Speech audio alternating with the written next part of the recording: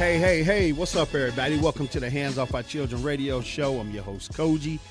I just want to say to everybody around the world, like I always do, what's up? How y'all doing? I want to say to everybody who shows much love to the show, thank you. We do appreciate all the participation, that we have gotten from people, all the love, all the stuff that's been wrote to me. I do thank everybody for that. Now, one thing I want to do today, remember what I said, we got part 2. We got my man in, Mr. Marlon Neal, a.k.a. Bernie Mac. He's back with us today. I want to thank you for being with us, man. Hey, you know what? It's always a pleasure to come in and sit down with such a fabulous man as yourself. But you know what? I appreciate, when you hear and you let me give you that drum roll. Hey, E, we got E here with us. E, what's up with you, man? Nothing much, man. I'm happy to be here as Hey, always. E, okay, let's do this real quick. The intro from my man last week, how was it, E? Oh, there was no intro at all. He just stormed the set. He stormed it.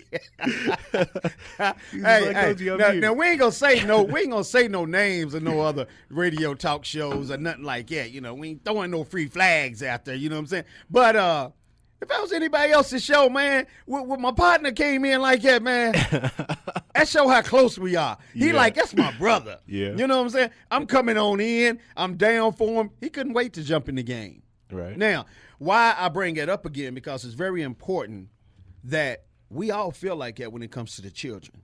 That was the more of the story. The way he came in, he was ready. He didn't need no intro. He was ready to sit down, man, and talk about what was going on in the school system, which we're going to get back on that, what's going on in our neighborhoods, what's going on in the families. And like I said to everybody out there, we not no therapists. We don't have no degrees in this. We feel like we just talking about what God loves. You know what I'm saying? We talking about what whoever you believe in love. We talking about the people that don't believe in nothing at all. We still talking to y'all. We talking about what y'all love. You know what I'm saying? And that's our children. At the end of the day, no matter who you praise to, who you have your spirituality with, we love our children, man. And I think don't nothing come between that, you know what I'm saying, but love, you know what I'm saying? So I want to come to you real quick, Mr. Neal, and I want to ask you a question real quick. What do you think is missing when we say love for children nowadays? I mean, it's easier said than seen. You notice how I said it. No, it's easier said than seen nowadays. You are very he to be on the show. I don't even know how the mic just fell off. It just fell off. When I say he is excited to be on the show, he is excited to be on the show. But the show has a lot to do with a lot of different things. So you have to bring enthusiasm, excitement to where you are. Yeah, right. Because like I said, we don't want it to be no gloomy show. Right. It ain't no show to where it's a woe is me. No. This is about knowledge, man. This is about learning to laugh through your pain sometime to get to where you need to be. And that's something me and you talk about personally on the phone all the time. If you can't laugh sometime, man, it's so much that can shut down in your body. It's so much that can shut down in your life. You become a problem to people because you a woe is me kind of person. Well, I hate to put a damper on things, but one of our closest friends passed away. You didn't even know that, did you? No. You know who that was? Who? That's common sense, because everybody ain't got common sense. It was just common sense. I'm telling you, there's some folks out there just over here like, I had to look through my Facebook to see who passed away. I ain't been on Facebook in a minute, man. You know what I'm saying? I've been, handling my business, doing what I need to do, setting up some great things to come. You know what I'm saying? Me and my team. But the thing about it is, you're definitely right about that. Now, when we talk about common sense, real quick, we got to talk about, look, I talked to my uncle the other day, and he said something that really opened my eyes to this whole situation of the children that we're talking about right now. Right. What he said to me was, the teachings of old, they were cool at that time. Right. But in the midst of that whole situation, they got dogged up. Because some of those parents were being taught in some rough ways on how to raise children. Right. And some of those antics that was back then and those teachings, they not of today. Because things are so much faster, technology so much faster. You know what I'm saying? People are learning more now. Children are more clever now than they were back then. These children nowadays. Hold on, because you asked me 3 questions. And then you just ran over them. So hold on, though, because we're going to get there. Well, you hit me with the funeral. But the funeral the threw you person off. that passed away, that threw me off. You know what I'm saying? So I was like, okay. I thought you summed it up with that one. With what you said, you know what I'm saying? E, what you think? I really thought he summed it up with that one situation. I thought he was done Well, too. I thought he was done too. Well, I was gonna back it up. Though, Okay, because come on. because some Back- people don't even know what common sense is. Moonwalking. No, Moonwalking. some people don't even know what that is. Moonwalking, brother. Moonwalking. Come on, moonwalking. Well, listen, people don't understand that back in the day when we were growing up, they say, "Oh, child abuse, child abuse, child abuse." Bruh, it was child abuse when we grew up. So when you start talking about some of the things of old, some of the traditions that have been passed down, yeah, man, it's crazy. I mean, I got hit with a extension cord, a switch, a tree limb, part of a car bumper. You made it. If my mother could pick it up, she would throw it at me. Yeah. But today, it's a different day. Yes, people were handed down different things. But see, let me touch on, you got me started. See, let me touch on Let's things, do it. what's It's your hour. what's called generational curses. Oh, bingo. Now, generational curses is when things have been passed down from generation to generation. Now, that doesn't mean that it was a good thing. Right. That just means that things have been passed down. Like when you burn your hand, some people run and say, "Oh, go get some butter, put on your hand so it won't swell up." Now, there's no medical reason why you would have to put some butter on your finger, but because of something that transpired a long time ago, your grandparents passed that on down, and you've been passing it down, and no one really analyzed the situation. Right. We don't take time today. What's missing in our understanding today is called critical thinking. See, critical thinking is common sense cousin. You understand what I'm trying to tell you? Distant relatives. Distant Common sense relatives. cousin. Critical thinking is how you sit down and prepare and plan your next move. I hear you. And no one. Let me back up because we have good viewers and listeners out there who do understand that common sense and critical thinking run hand in hand. You have to plan and plot for your child's future. That's real talk. Yeah. Now, if you don't plan and plot, like I just got a call the other day. Well, my son got a call the other day that one of the kids I had taken care of back in the day had a kid. Now, my question was, are you financially stable to handle a kid? Are you mentally there to handle? Because having a kid don't make you a man.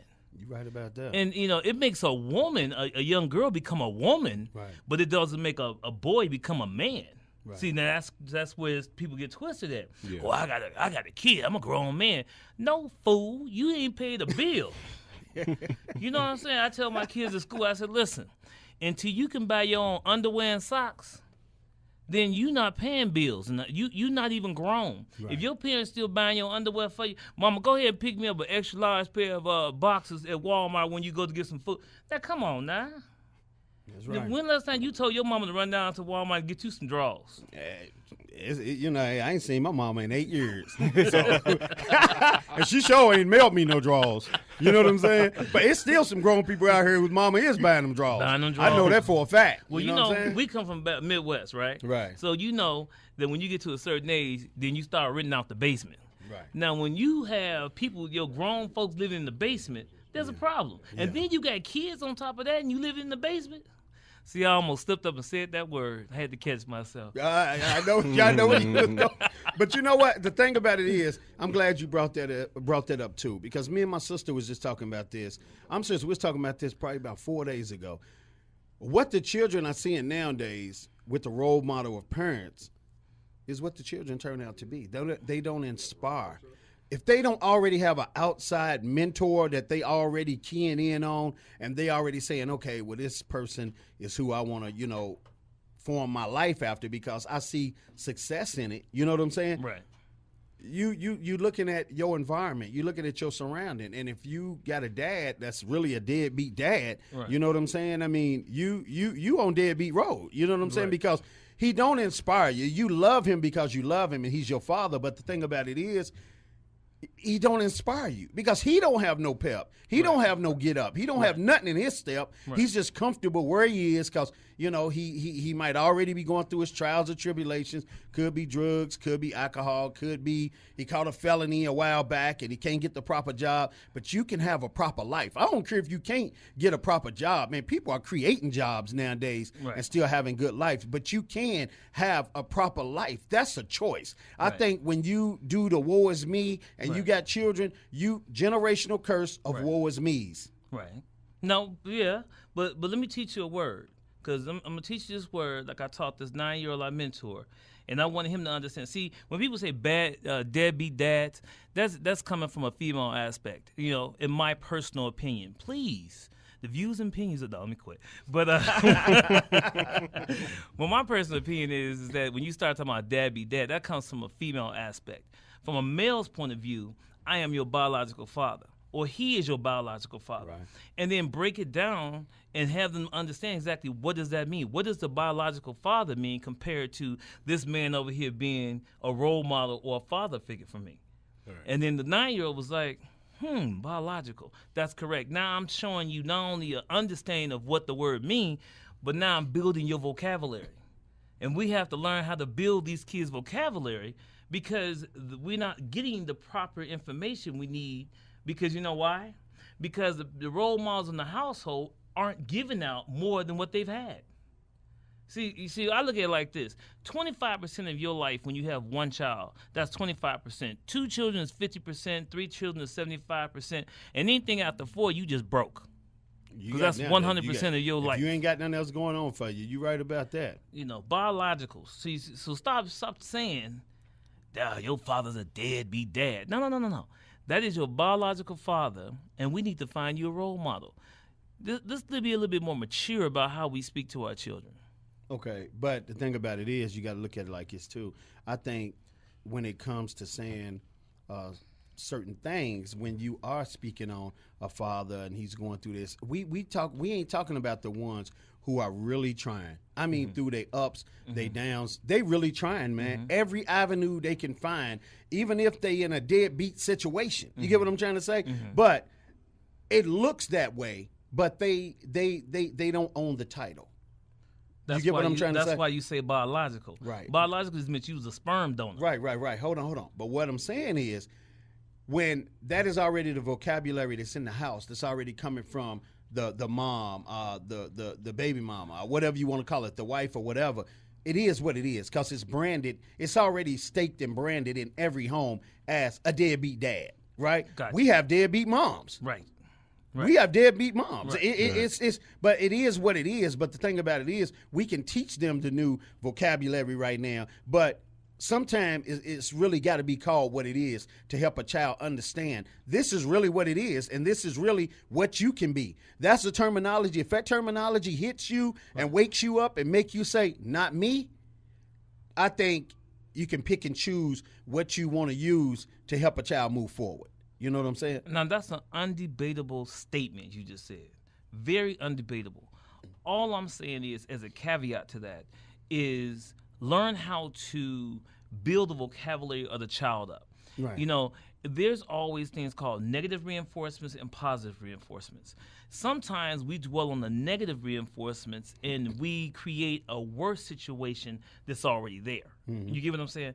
As a positive situation, we know that the father, the parent, or whoever is not living up to what they're supposed to be. Right. We do understand that. So how do we put a spin on that? We say, hey, look, let's try to get you some help since your biological is not available to help you. I agree. We ain't gonna say no names. It's a few kids that me and you tried to help. You know what I'm saying? It sounds good. It's a list. Right. But it sounds good. But the thing about it is, when we don't have the parents to reinforce the mentor's help of what the mentor is doing, you just got children that they still lost. Even though they have a mentor, if you don't have somebody, if you don't have a parent saying, you know what, this person don't have to care for you, you need to listen to this person, you need to roll with this person has a life, a real life. You have a chance to have a real life. I can't do that for you. I'm going to be honest, but it don't make me a bad parent. Right. It's just that I can only go so far, and then I have to hand you off to somebody, not literally give you away, but be open to let you grow. Okay. Now, that's all I'm saying. Now I'm going to put a spin on that. Get ready, E. You ready? Get ready, I'm E, ready. I'm ready. The spin is, now you have a parent who's saying, okay, I want you, Cogee, to help raise my son or my daughter or whatever you coming in to be. Now you got this cape on because you Captain Saver. You know what I'm saying? Yeah. So then, since you were this captain and you flying around Save like a kid. Superman, then save a kid. I like Save that. a kid. Well, I tell you, but your Right. thinking hat on. Save a kid. Critical thinking, Lord, is key. But anyway, Save a kid. the problems that I have ran into, me being male, me being who I am, me being the person that God blessed me to be. You scoop up all the sheep. Before you even get started. not- Hey, everybody, look. This is my man right here.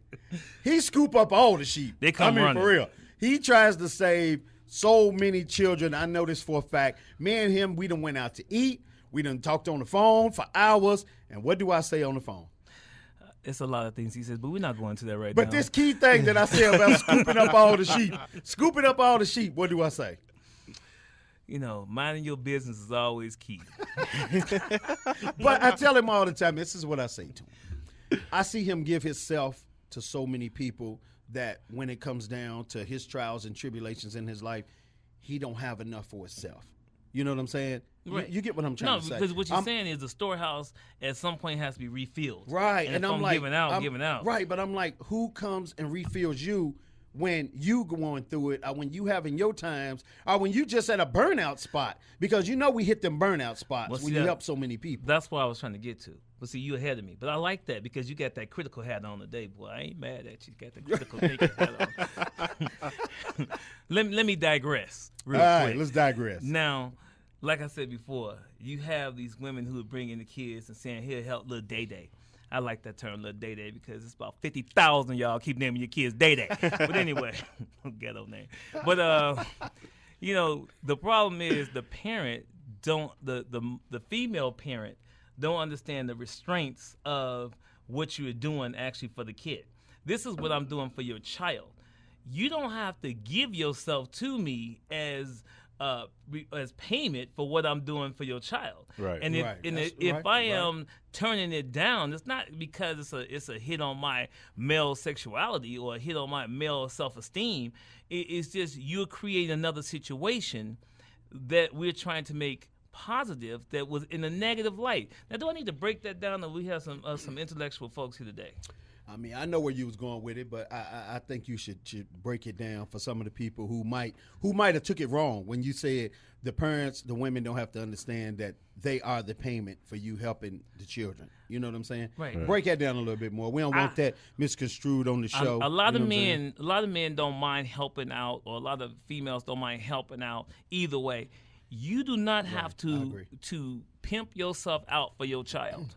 I mean, you really don't. I mean, we are here. It's a lot. Really want to help. It's a lot of people who just want to help and be there and help your child or your daughter your son or daughter get to where they're trying to go, without the parent trying to solicit for different forms of sex as payment for taking care of little Day-Day. I had a child once before, a kid that I was helping, and he came to me and he says, I really have a question. He says, I want you to really not take what I tell you too seriously. He said, but I do want you to understand where I'm coming from. The last mentor I had in my life, my mom hit on the mentor, and when she hit on him, he wasn't there for me anymore. So could you promise me if she hits on you that you don't have sex with her? Oh, wow. Now that was a cold statement, so I'm still listening to the kid, right? I'm like, boy, your mama is ain't thinking about nothing like that. I tell you, my right hand for God, a week later, she came knocking at the door, boy. And I had to at some point say no. And it reflected back to what the kids say. That's crazy that a young kid is going to say, my mama is going to offer herself to you. You need to turn that down. Wow, so he was affected by that. That's the moral of the story, that they feel like once the mentor come in to help the child, we're going to break this down. Once the mentor come in and help the child, the mom takes on a relationship with the mentor, the child is no longer the focus because the focus is on the mom because they're in a relationship. That's correct. Right. And the child don't look at it like, well, it's still in my favor to have him in a relationship with my mom because now I got him all the time. Right. But it's a shift in respect, and it's a shift in the mentorship. Right, because it takes away what you're actually trying to accomplish. Right. I mean, if it's hands off our children, and we're doing a lot of different things, then we can't mentor the kids if we don't have full cooperation from the parent. Right. The parent can't jump in and then all of a sudden want to run the show as if you are the biological and she telling you what to do. It doesn't work that way. I mean, I'm here on my own free will and my own money. Got that right. I'm paying for everything out of my pocket. I don't need for you to solicit to me your body, because I'm here only for this kid. Now, once I'm done with this kid and move on somewhere else, then you figure out what you need to do. But if I was interested in you to begin with, Right. why would I start a relationship with your kid? Yeah. Well, I'm no. A whole lot of people do. So it ain't something that's uncommon. No, you get what I'm saying? No, I didn't. No. But we still on the common sense. Right. No. No, I'm with you 100%. But I'm saying it does work that way sometimes Yes, with people. it It is shift that way. You just breaking it down, saying, we're gonna separate the ones who don't do it and the ones who really do it from their heart. Right. You're definitely right about that. See, but the thing about it is, I think when it comes to a lot of those different kind of relationships, I think that mom sees a good thing too. You know what I'm saying? I believe I'm with you 100%. Now, we can reverse it because it's single dads too. Right. What about that single dad that has that certain female that's a mentor or tutor to their child, and then you say to yourself, wow, that's mommy material. That's wifey material. Right, wifey material, right. You get what I'm trying to Exactly. say? And, things get shifted sometime too because of the offset of the family. And everybody wants the right piece to the puzzle. And I understand that, but what is two words that has to come into effect. And the two words would be effective communication. Okay. Now, we need to, draw the line in the sand and figure out where we don't cross and where we do cross. I agree with that. But the problem is everybody wants to laugh and shrug it off as, we just having a good time together. We just going to let things roll and see what happens. No. Effective communication. We need to get some understanding exactly what lines do we draw, because you both can flirt with each other and take it the wrong way. I mean, my personality is flirtatious, but that doesn't mean that I want your number and want to come to the house. Right. Because everybody can't cook, but we ain't going there. But you know what I'm saying? No? Oh, wow. So if anybody's just tuned in, welcome to the Hands On My Children Radio Show. I actually think I have I'm a your host, speech Cogee. We got my man, Mr. Marlon Neal, a.k.a. Bernie Mac. We got my man E in the house. We got a great show for y'all today. But as y'all can see, this is really getting deep. And my man, Bernie Mac, he's really on this point about, I can't do that. I'm taking care of your child. I'm the mentor. Right. Bernie Mac, it sounds a little personal today. What's on your heart, Bernie Mac? What's on your heart today? E, jump in, E. Come on. He was not expecting this. I know, we wasn't expecting this one today. Hey, me and him was texting at 6 o'clock in the morning. I'm serious, 6 o'clock in the morning. He's like, yo, I can tell by the way it's coming through. Man, I can't wait to come here today, man. I'm with you, man. God put it in my spirit to come here and, bring his word with you and be there for you. I'm texting back, hey, it's always a pleasure to have you here. But I can tell something is really on his mind today. You know what I'm saying? Right. I don't think it's just one thing that's on anybody's something that mind. needs to be said. But that's the way I put it. Okay. Well, what needs to be said is basically to if we're going to help the kids, we have to help ourselves first. Right. And in helping ourselves, we need to educate ourselves. I'm sorry, education to me is key. Our people die because of lack of knowledge. That's a great saying. Right. But until you really understand exactly what that means, then you cannot effectively help yourself move forward. You can't help yourself, the family, or nobody else. So, when we sit down talking, we have to have that level of communication. And a lot of people don't like to talk to each other and really get deep in the questions or deep in the understanding. Right. I mean, when you tell me you love me, the first thing come out of my mouth is, why? And she sit there and look all stupid because no. Don't say things that you don't mean. Mean what you say and say what you mean and be a straight shooter. A lot of people can't be a straight. Now, if I find a woman that's a straight, Jesus, if I find a woman that's a straight shooter, we going straight to the drive-through altar. You understand what I'm saying? Shoot. Any woman out there, you listen to this, I think he just threw a filler out there. He is single, from what y'all hear. He is. I know for a fact. Oh, he's ready to be married. He's ready for children. He's ready to be in at 6 o'clock in the afternoon and be in the bed by 11. He's ready for all that. Bernie Mac's looking for straight shooters. Bernie Mac, he's looking for straight shooters.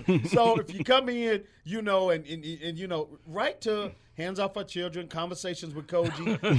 Send in your pictures to the show. Send in your resume. He's trying to give me a mail order bride. He's trying to give me. It sounds like a mail order bride going on. Hey, we in Vegas. We in Vegas. We're going to have a Bernie Mac raffle. You know what I'm saying? We're going to raffle my man off. We're gonna find the right woman. You know, we're going to play the dating game. But hold on, you know before we ever play any kind of game. I mean, I love games. I'm the game player.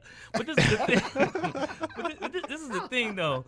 We all have to, on a serious note, bring something to the table. You're right about that. You know what I'm saying? I mean, it's nice to meet someone who is lovely, who is attractive, who, you know, seems, y'all like that word, seems to have it together, right? But don't have it. I call that a facsimile thereof.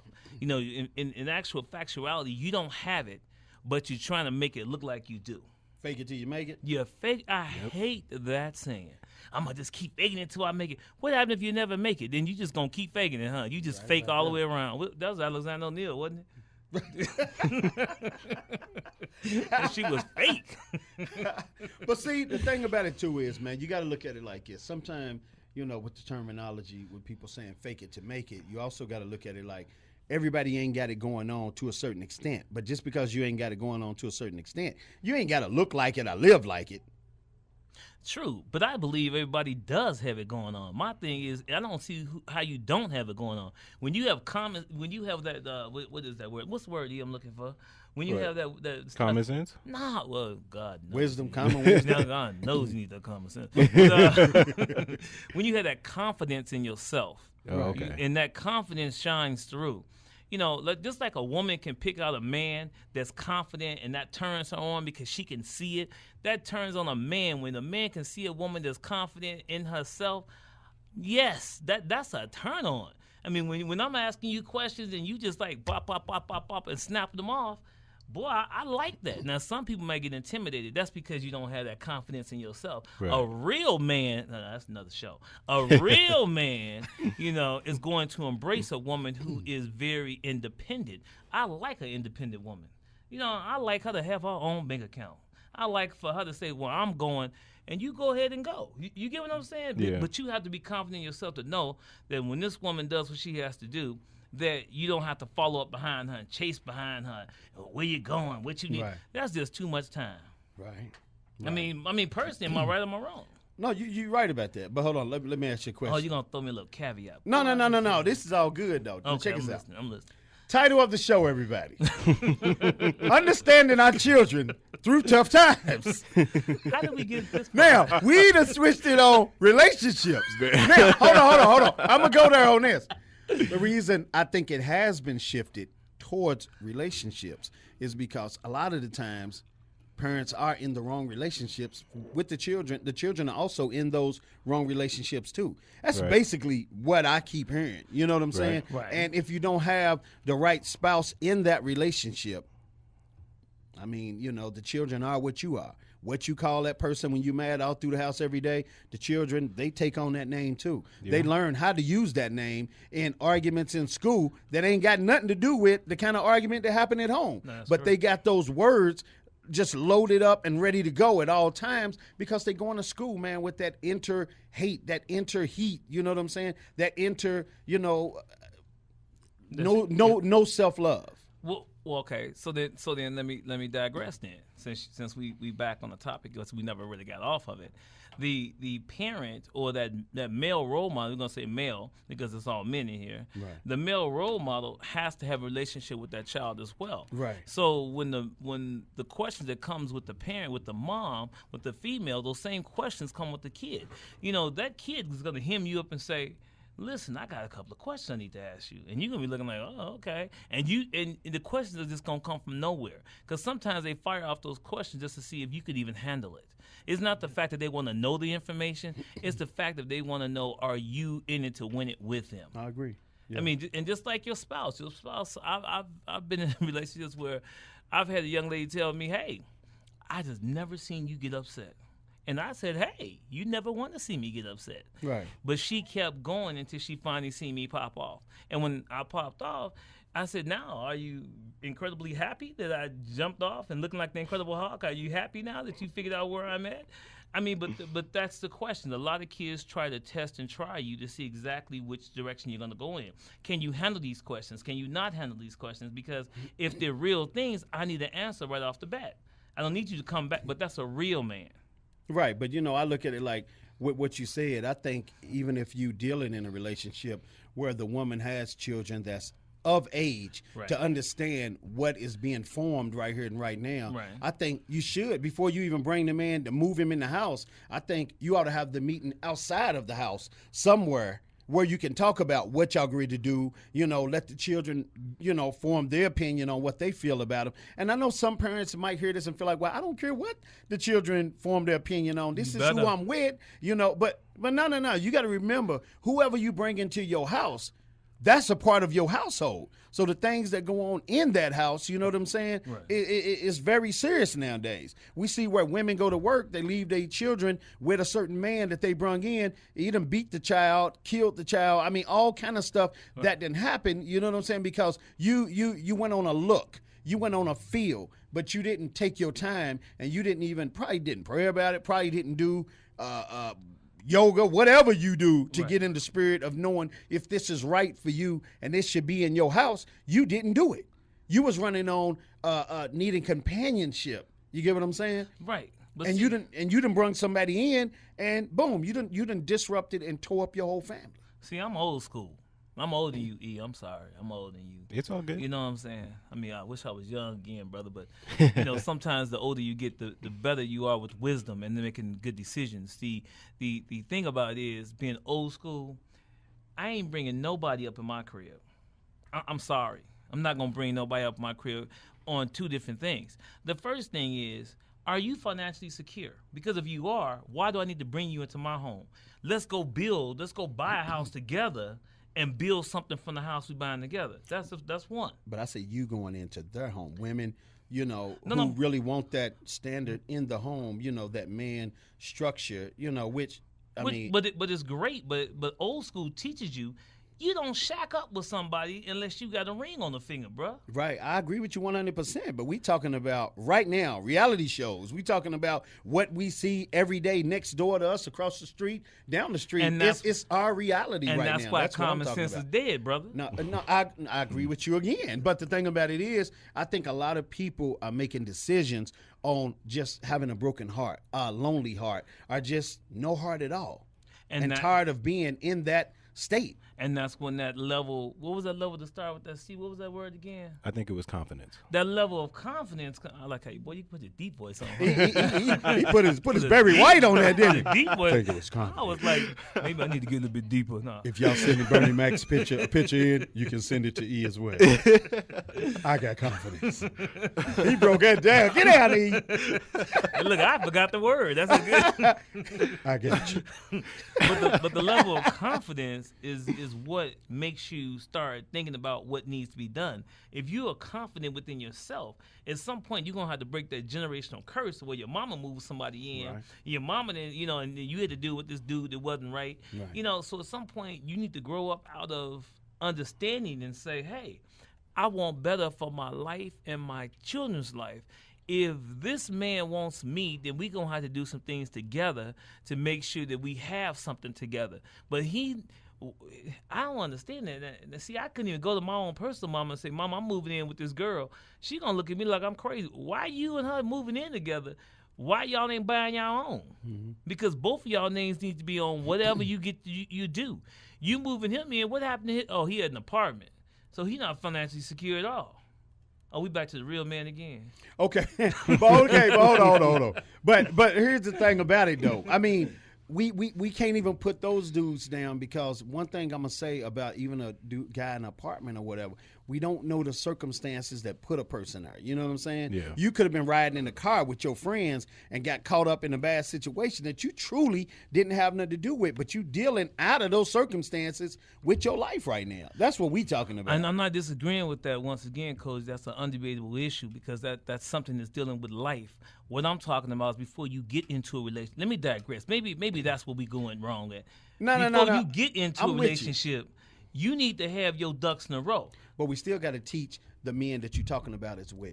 That's why I'm with you 100%. Okay, so then we need to do what's called a SWOT analysis then. Okay. You know what I'm saying? Okay. Our strengths, our weaknesses, our opportunities. Okay. We need to sit down and figure out exactly what we need to do as a man before you start taking on this woman in your life, and especially this woman with a child. Right. Because children are very influenceable and impressionable. I agree. And you coming up into this household with, you're going to have to come in correct. There is no coming in and trying to figure it out while you're there. No, you're going to have to get it done while you before you Okay, get let there. me ask you this real quick. Okay, what if the man, like you said, he has an apartment, the woman has a house, she's financially stable, but he's in the transition mode? Are you saying that he shouldn't be a part of the situation No. because because he don't fit the puzzle because of his standards of living right now, which he's working through that to have a better life? Some people, but the thing I got to keep it real. You know what Yeah. I'm saying? But the thing about it is, if I don't match up with you financially, but I'm trying to get there, it still goes back to you. If we can meet in the middle some kind of way, even to where it's not where I'm taking everything you have, but you know, you got more than me, but you still trying to help me to get to that certain status so we can have a full, fulfilled home. Okay. How that's where I'm Okay, going. and I got you. Boy, we on the same page. Let me tell you Break something. that down for Okay, me, I'm going to break that to down that for person. you.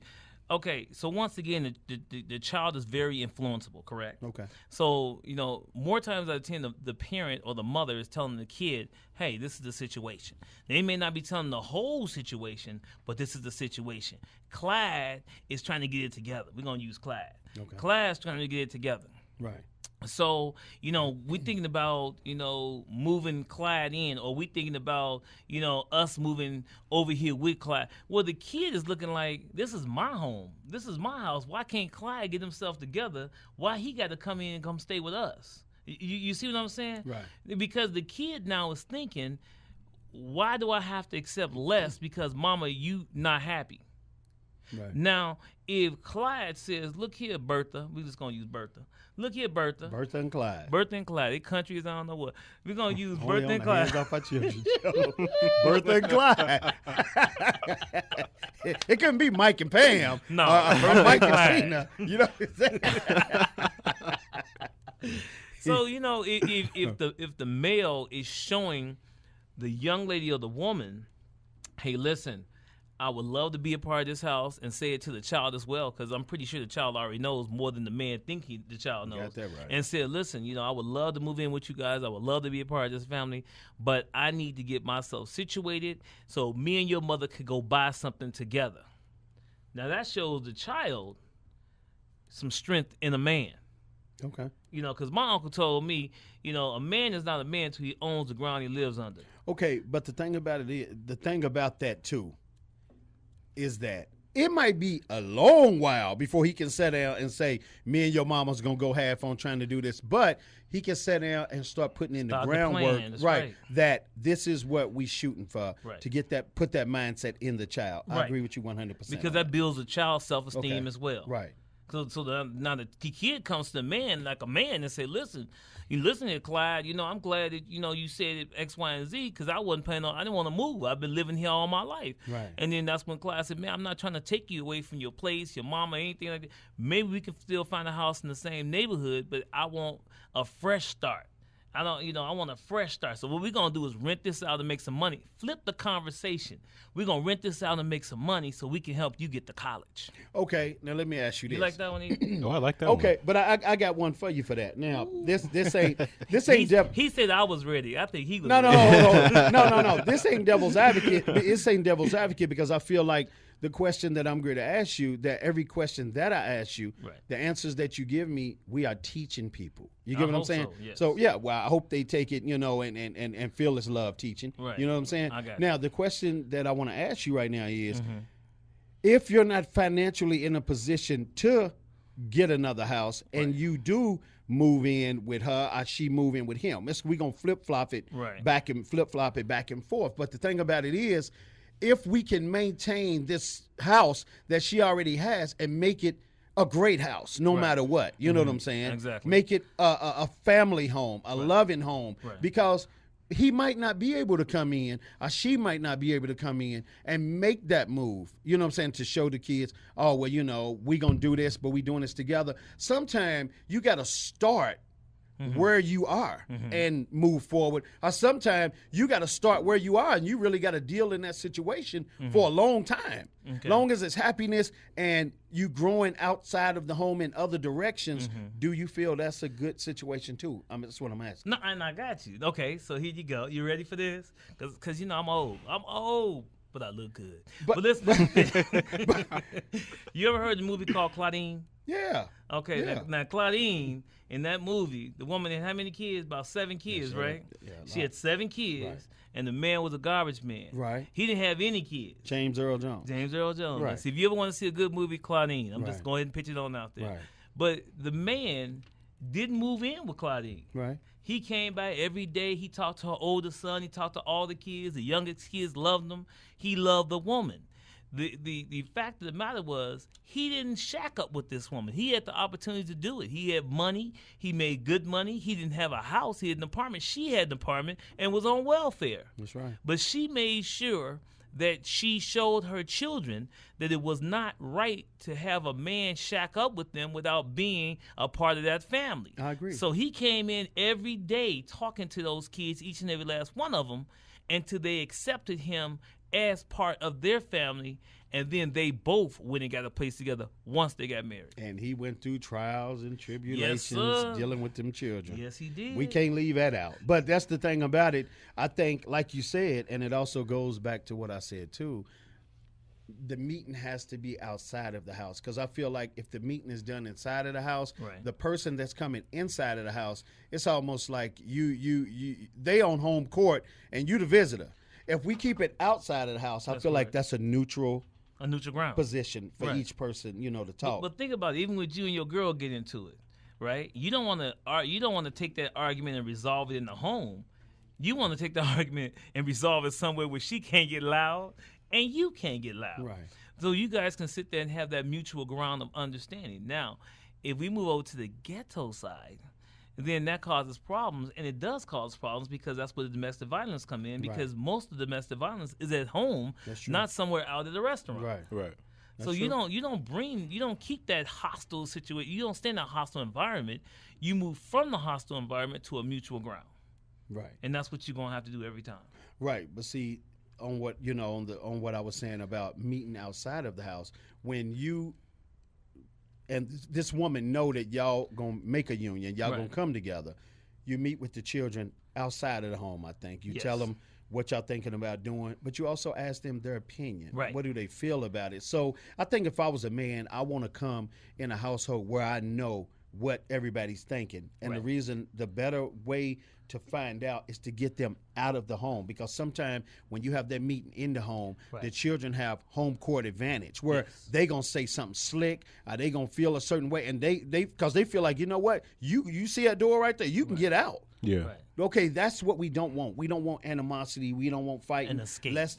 Right. But the thing about it is, let me take the family out to eat, and while we all sitting there and we all talking, we want to talk about the pros and the cons of me and her coming And together. let me pay for it where they can see it. Right, that's what I'm saying. Bingo. You already established that I'm doing what a man should do. I'm taking y'all out to eat. I'm paying for it. But on top of that, I'm setting a standard right now, because what y'all didn't notice was when we came in, I came and sat at the head of the table. That's right. You get what I'm saying? Yeah. At the restaurant, I sat at the head of the table on purpose. Now, what if her son comes in and he sits at the head of the You table? say, "Excuse me, young man. Can I have Is a seat?" that your place or her place to tell him? Well, but sometimes, here's the thing about it. But you get what I'm saying, though. Nowadays, some women and some men, every time I say this, we gonna flip flop with it because it's a lot of single men, just like it's single moms. You know what I'm saying? Right. But the thing about it is, sometimes parents are so immune to the whole situation when it comes to respect because it's in the household, and they feel like in the household it don't matter because we all live here. But out in public, there's a certain standard that should be dealt with when it comes to respect. Right. So sometimes the woman is like, why you tripping? I mean, because he's sitting there. Why does it matter where he's sat? I mean, we all at the table. I done ran into females like that. I have. And you know what? Though, he seemed kind of serious about No. You know what? No. But I'm going to tell you why. Because, number one, it makes it hard on the man to come in to try to establish something good when you already got that woman saying, look, they've been raised once. You don't have to tell them now. But ain't none of them teens. Right. They all young. You get what I'm saying? Yeah. Exactly. No, I get that. We have to establish that because it has to go outside of our household that we're raising good kids. So when do you establish that? When do you establish it? When do you establish I think that? you establish it right when you have a chance to sit with the family and be a part of the family as one. And I disagree. You disagree? I disagree. Why is that? Because you established that old school mentality of understanding in the beginning of your relationship. That's when you open the door for the woman. That's when you hold her hand and she's getting out the car.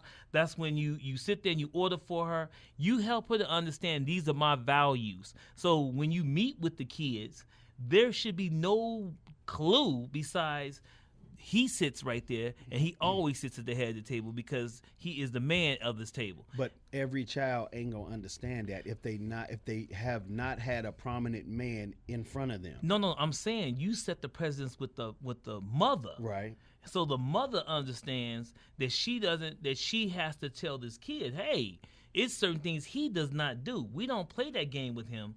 He sits right there because see, if the man, when you come in to the restaurant, I'm already holding her chair out for her. Mm-hmm. You know what I'm saying? And I'm pointing to where he needs to sit, not at the head of the table. I get what you're saying, but we still have those children with no structure. And hold on, if mothers ain't already established that and they don't have that kind of communication, or they don't already have that respect of the child to tell them that, children are going to do what they do. They're going to do what they want to do. But that's why you are structuring that whole setup right when you walk in. Right. You structuring that whole, you got her chair pulled out, and as you pulling her chair out and she getting ready to sit down, you point to him and say, have a seat right there. I mean, I do agree with you on that, but my whole thing is a lot of children nowadays, the mothers ain't told them nothing at all. So therefore, when you try to bring a child in a situation and all of a sudden you're trying to give him on the job, real quick instructions, like, that's foreign to them. Right. That's foreign to a child that ain't never had to be a certain way. That's because the mother has told the child he's the man of the house. I agree. And see, that's where we run into a major issue. He is the young man of the house, but he ain't running nothing. And she needs to help him to understand that because in his mind, he thinking, well, ain't no man here, so I'm telling her what to do.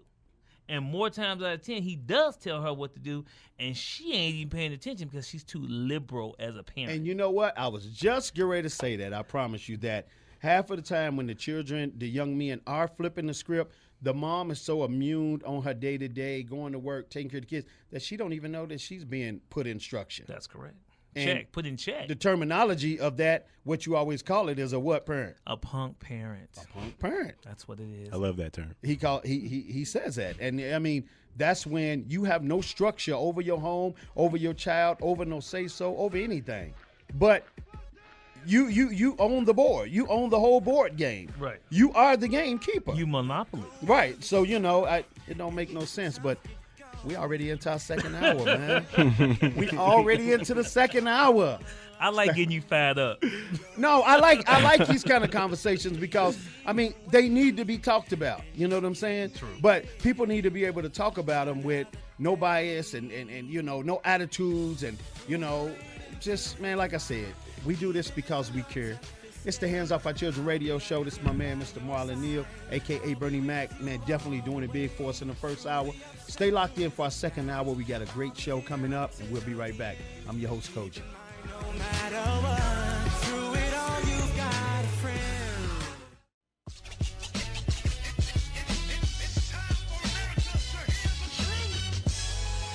Hey, what's up, everybody? Welcome back to the Hands Off Our Children radio show. I'm your host, Cogee.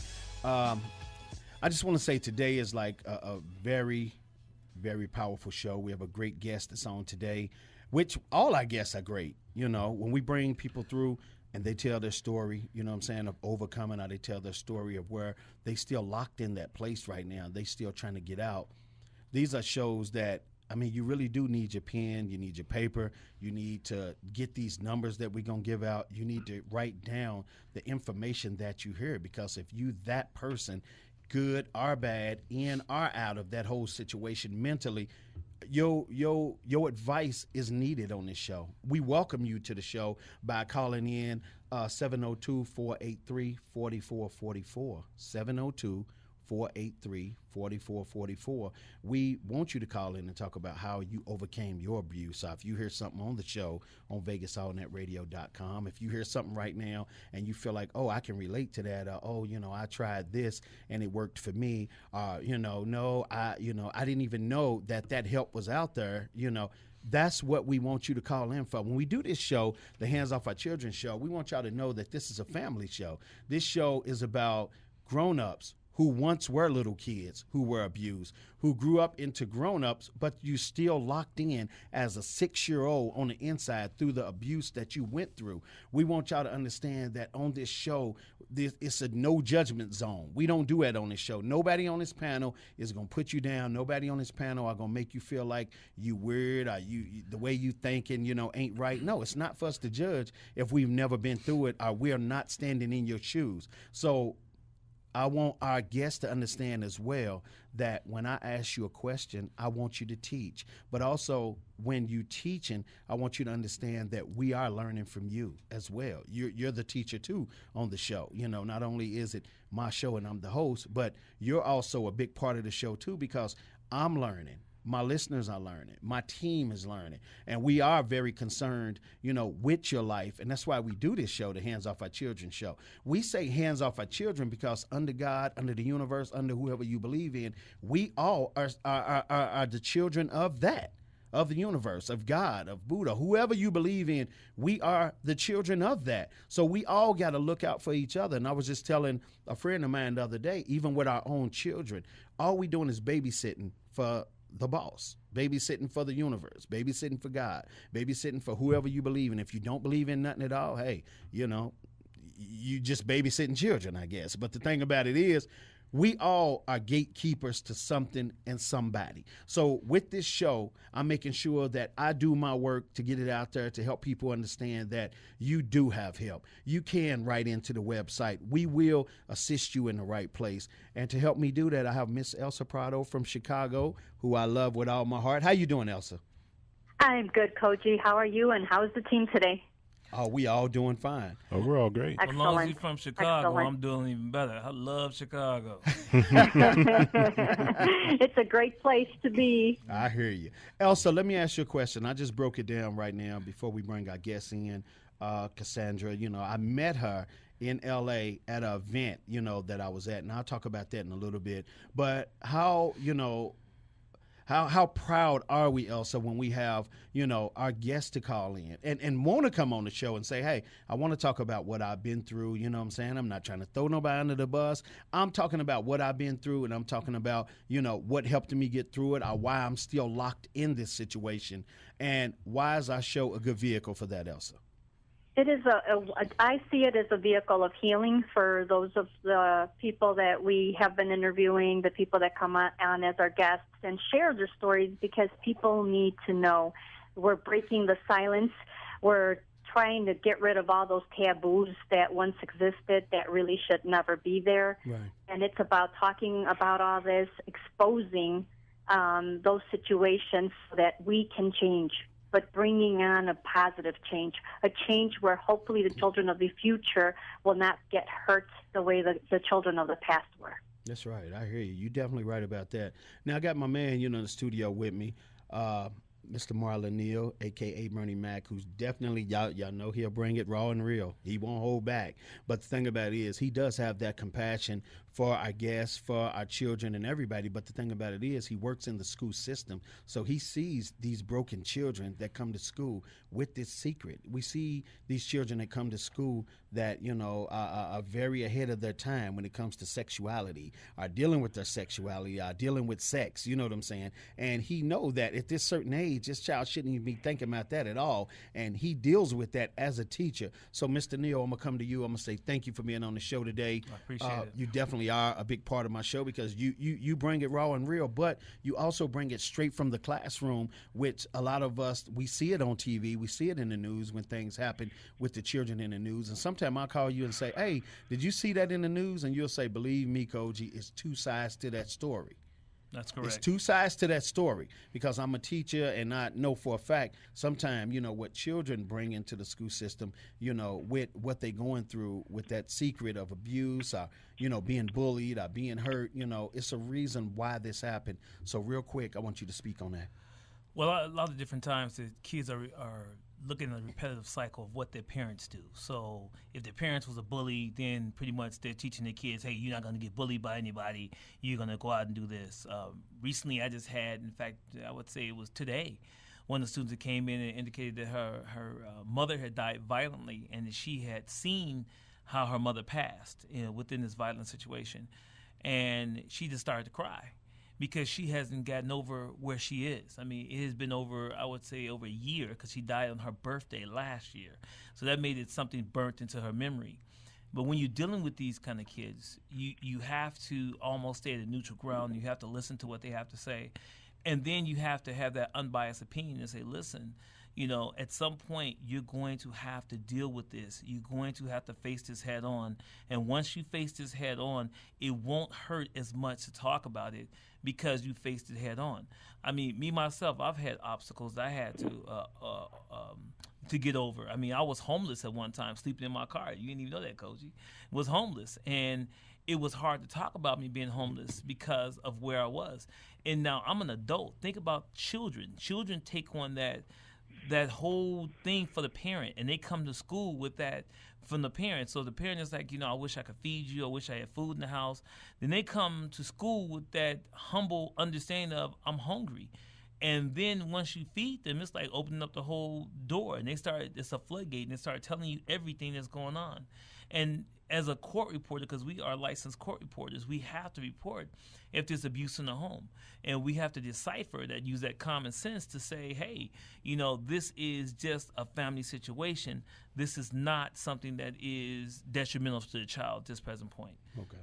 You know, so we have to make that split decision right then and there. Right. And if we feel that there's a problem, at that point we call the counselor, bring in the principal, then we call CPS, and then we take it from there. But more times out of 10, the kid does not want to actually name the parent as their assailant, as their problem. Right. I had a kid come in one time and we couldn't touch her. We couldn't hug her. We couldn't talk to her, because she had been beat the night before. She had bruises all over her body, all over her back. Well, I mean, at that point, there is no talking. We have to call CPS. And the kid was still so mad for what happened the night before, then we were able to, you know, bring CPS and the police in so they can talk to the child and then the parent at the same time. But that's a rare situation. We don't usually get that. Okay. All right, there it is. E, real quick, and then we're going to get to our guest. Now that you've been on this show, and like I said, you know, you're a young man, you're not, you know, me and Mr. Neal's age, you know what I'm saying? But yeah, you've learned a lot, because you talked to me after the show, and wow, Cogee, I didn't know that, or wow, Cogee, you brought this to my attention. How has this show helped you in your day-to-day walk and dealing with your peers, you know, and understanding some of them that you might feel are wild and out of control, or a smart mouth, or anything? Does this show help you to deal with that more, to think you have a secret, are you battling something and you fighting through it? What do you think about that? Big time. It helps me. And Bernie Mac mentioned it earlier when he said effective communication. Just being on this show for the last few weeks or month or so, I've learned how to communicate with my friends a lot better. They're going through problems. Now they come to me a little more with problems. Whereas before being on this show, I wasn't that approachable. I wasn't that open to hearing about other people's problems because I haven't had those problems. Right. I don't know how to talk about those. Because you come from a full family home. Exactly. Right. I've been lucky with the family that I've been blessed with. You are. You definitely blessed, and you're definitely lucky. And some of my friends haven't. And Right. I don't know how to communicate with people who haven't been so lucky. And thanks to this show, now that I have, now there's an open dialogue. Now people are getting help. Now I feel even closer to my friends than I did before. Right. Now they're even more like family to me. But have they seen a change in you? Yeah, they have. I told you the first week I came on the show, my friend Darren, he loves the show. He opened his eyes. He told me about how his father abused him and abused the rest of his family. And he's told me that this show has done great things for me. That's cool. It's given me a lot of ideas for film because, you know, we want to do big things going forward. Right. And, you know, there's a lot of ideas jumping around between me, you, and Shay. And Right. it's a big thing for our lives, but also for our careers going forward as well. That's right. You definitely right about that, man. You definitely broke it down. So, Jay, what I want to do, and Elsa, I want you to get ready. We got a great guest that's coming in, Cassandra. I met her in L.A. I went to a function with Mr. Mark Anthony, the psychic lawyer, you know, who's a big part of our show as well. He had a function in L.A., and I was there both days, you know, being a part of his situation with him, and we had some real great meetings with him and, you know, his producer, Rocky. We had some manager. We had a great time out of town with them, and, you know, it was a life-changing experience because we talked about so much, and I've learned so much. And Cassandra, me and her was sitting right beside each other, and our energy was so strong in the room. You know what I'm saying? And we're going to talk about that as well. So, Jay, go ahead and roll the red carpet for Cassandra. We are very blessed to have Cassandra on our show today. Cassandra will be sharing with us a personal account and decidedly higher perspective on sexual molestation within the family system, and how it can be particularly insidious and confusing type of trauma and stressor for children, distancing them from other family members and wreaking havoc on a developing brain and psyche. From her personal growth and lifelong journey of self-discovery, she blends her knowledge of the metaphysical world and the world of healthcare to illustrate some of the psychological and somatic manifestations of childhood trauma that are seemingly unrelated to childhood. Chronic issues such as digestive maladies, anxiety, and low-grade depression, memory lapses, and even a neurological link to ADHD.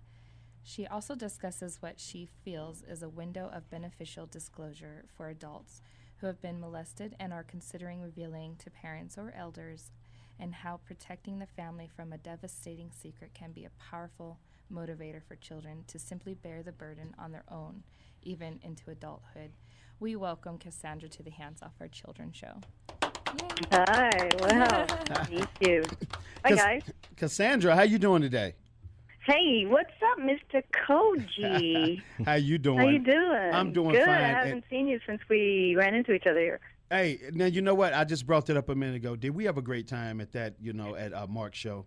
That was great. That was a fantastic evening, wasn't it? And my dad came through, which was nice. So Yeah, we had a lot of breakthroughs that night. And, you know, Right. I thank Mark for that. I mean, him and Rocky, they showed us a great time, you know, and they showed everybody the same amount of love, you know, not because I was his special guest, you know, in L.A., but I watched him treat everybody the same. Everybody was a special guest that came there to see Mark, you know, and that love and compassion that he has out there for people. It's like, how can you not get caught up in it? Do you agree?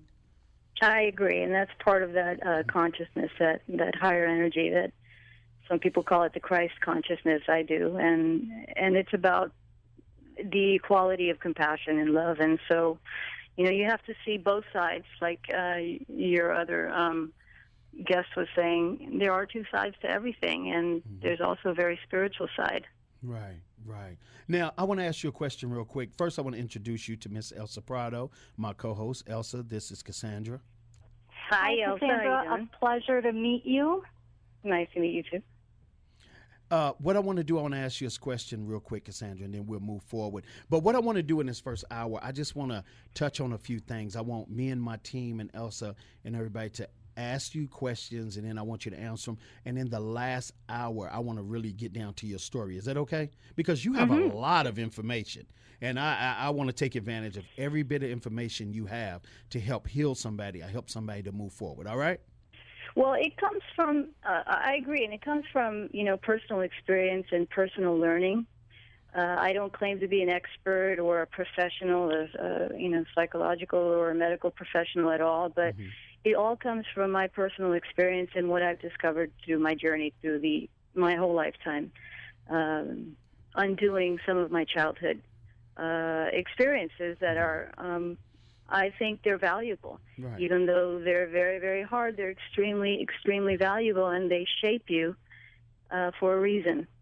You're right about that. See, and that's what, me and Mr. Neal was talking about in the last hour, as well as Eric. We was talking about how people overcome their situations, however they find a way to get through it, and what better people to talk to, you know what I'm saying? Because some people didn't go and see a therapist. Some people use other methods of getting through it, and I feel like, why should we limit any child or anybody listening to this show to one route out of a bad situation? You get what I'm saying?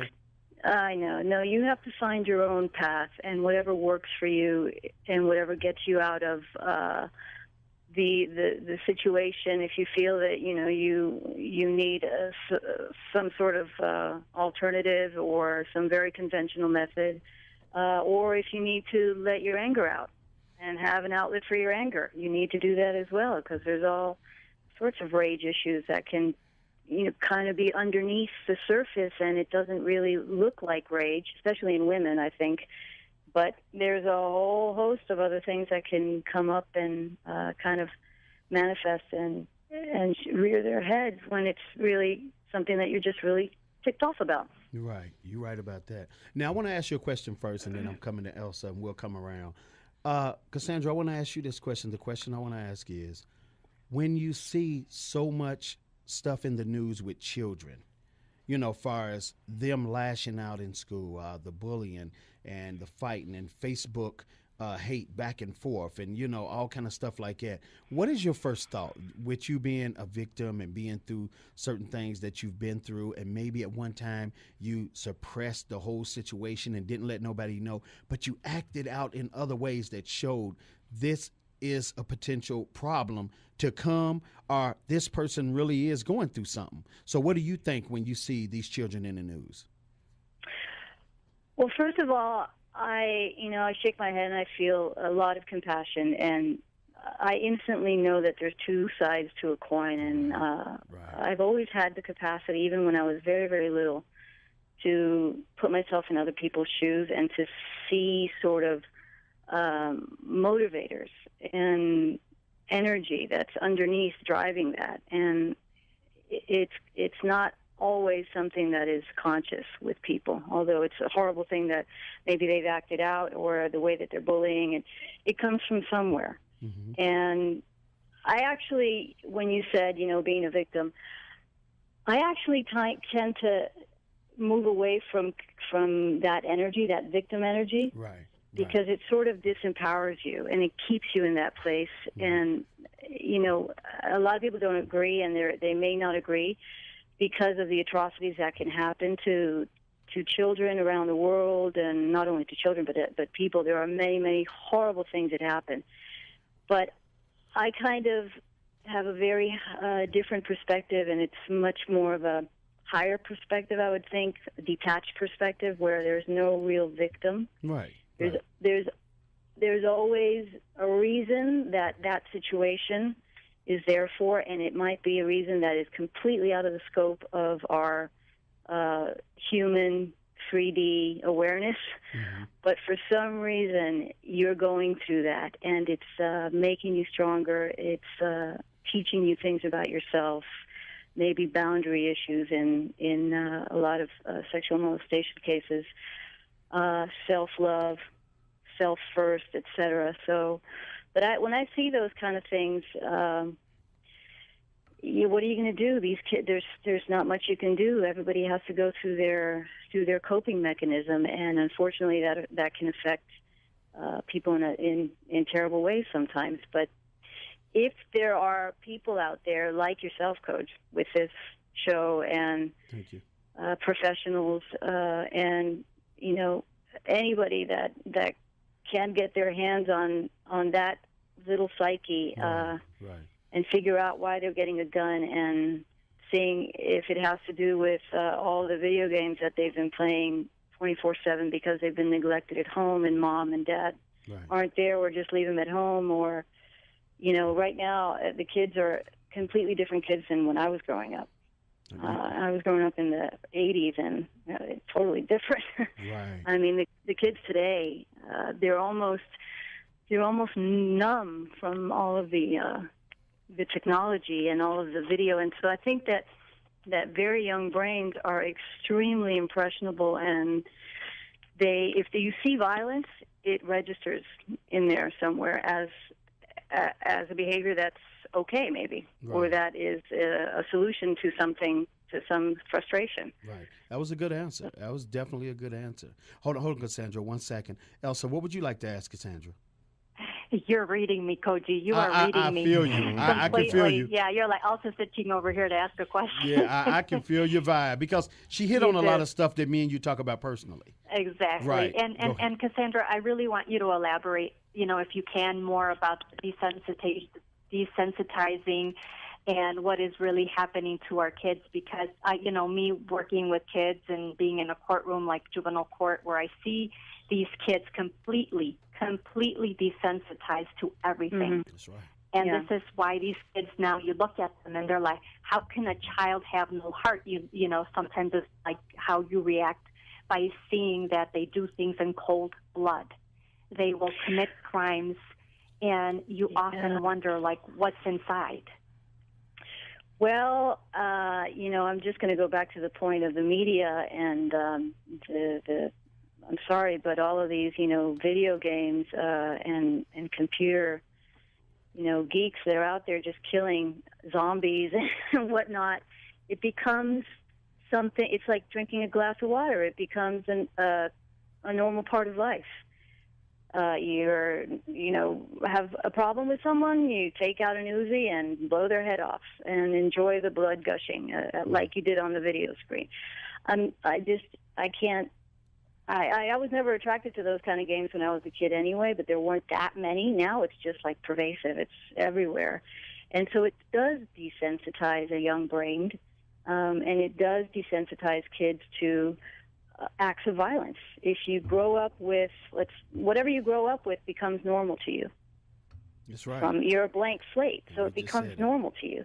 And if that's what your outlet is, to take your, rage out on because your parents aren't around, or because your parents are drunk, or because you're being abused in some of the 1,000 ways you can be abused, psychologically, emotionally, abandonment, sexually, physically, all of that, because you're an outcast, all of those things start to kind of filter through your distorted view of the world, which goes through a computer screen, I think. So, or, that's right. It's just, they've done a lot of studies on it. And the literature is out there to confirm all that. Mm-hmm. So we got to really start doing something about that, because we're seeing, and also I have to say, I'm sure that you, being in juvenile court, know that there's a lot of medicated kids. Yes, it is. Yes. And the desensitizing is also because of that. I'm going to say it. I'm going to directly say it. You are desensitizing a brain, which are emotional centers, in people with the types of medication that you're giving kids in order to try to douse the symptoms That's right. of an already overstressed brain. And they just suppressing it for the And moment. what they're doing is that, they're numbing them. Yeah. They're like, it's kind of like a mini lobotomy. Right. So, Right. and you're not going to do anything with that. You're just going to desensitize them, and they're going to be able to do all these things because the rage is going to come out somehow. That's right. Okay, good answer. Let me do this real quick. Bernie Mac, what would you like to ask Cassandra? Knowing that how we deal with so many different problems today, and you are correct, we are desensitized. Even the adults are desensitized, and it comes down to the normal family life, because we don't all sit down at the table and eat like we used to. Mm-hmm. This is not the Cleaver's home where we used to come in and see little Beaver come in, sit down and have milk, and sit down and have dinner with the family, and we all talk. that's over with. That's done. We're working 2-3 jobs. We are there. So my question really would be, what do you think it takes? Does it take for us to go back to what we used to do to get us to a better state of mind? Or, what do you suggest for someone who's new? Me personally, I know what it takes. It takes that personal time, personally for me, to sit down with my kids and say, hey, how was your day? Let's talk about what made you mad. Why did that make you mad? And I go through the whole process, and they say, oh, you're in my head. You playing that child psychology with me. I said, well, I've taken enough classes to know what psychology looks like. But what do you think, and you're talking to our viewers now, that they could branch out or leech on to that's going to help them maybe make a turnaround in their household? Well, I can't speak for everybody, but the first thing, I think you hit it on the head there, is reconnect. You first have to reconnect to yourself, and then you reconnect to your family unit, if we're talking about the nucleus of the family. Yes. And turn off the damn TV. Right. Just turn off all electronics and go, instead of Wi-Fi, go no wire at all. Right. For a day, for a weekend. Get out and do the things that used to be done. Go away in the car and go on a day trip somewhere with your kids. Get back to nature, ground your kids, and ground yourself. That's right. Know that prioritizing all of the stresses that you're feeling, which are financial, got to pay the bills, work issues at work, all of the things that unfortunately us grown-ups do have to go through. Right. But just disconnect from that and prioritize. Put the family first. Put yourself first, and then your family, and then everything will fall in line. If you do that just a little by little, you'll start to see major changes, because kids respond very, very fast to a change in the parent where the parent is paying attention to them. That's what they want. They might fight it. They might have some resistance at first. And they might, especially if they're a little bit more adolescent, they're like, oh, mom, they might fight. But that's what they want. They want that connection. They want that bond, because they're not adults. Right. Just because they've got big bodies, that does not mean that their mind is an adult. They are not adults. And their brain has not fully developed yet. So they need that support and that security. The security in the family is going to create the security in the child. So what I would say, to sum up what you're saying, would be effective communication. Because when you effectively communicate with that person, whether it's a child, whether it's an adult, that branches out to basically open the door for everything. Sure, and sometimes any communication, except violent communication, works. Just pay attention. Right. Just reconnect. Just have a conversation. Just, be with each other. And you know what? Discipline, because I think that it, like old style, just know you're going to sit at the table and you're going to have dinner with us and we're going to talk. And it's going to happen night after night after night until the kid just stops.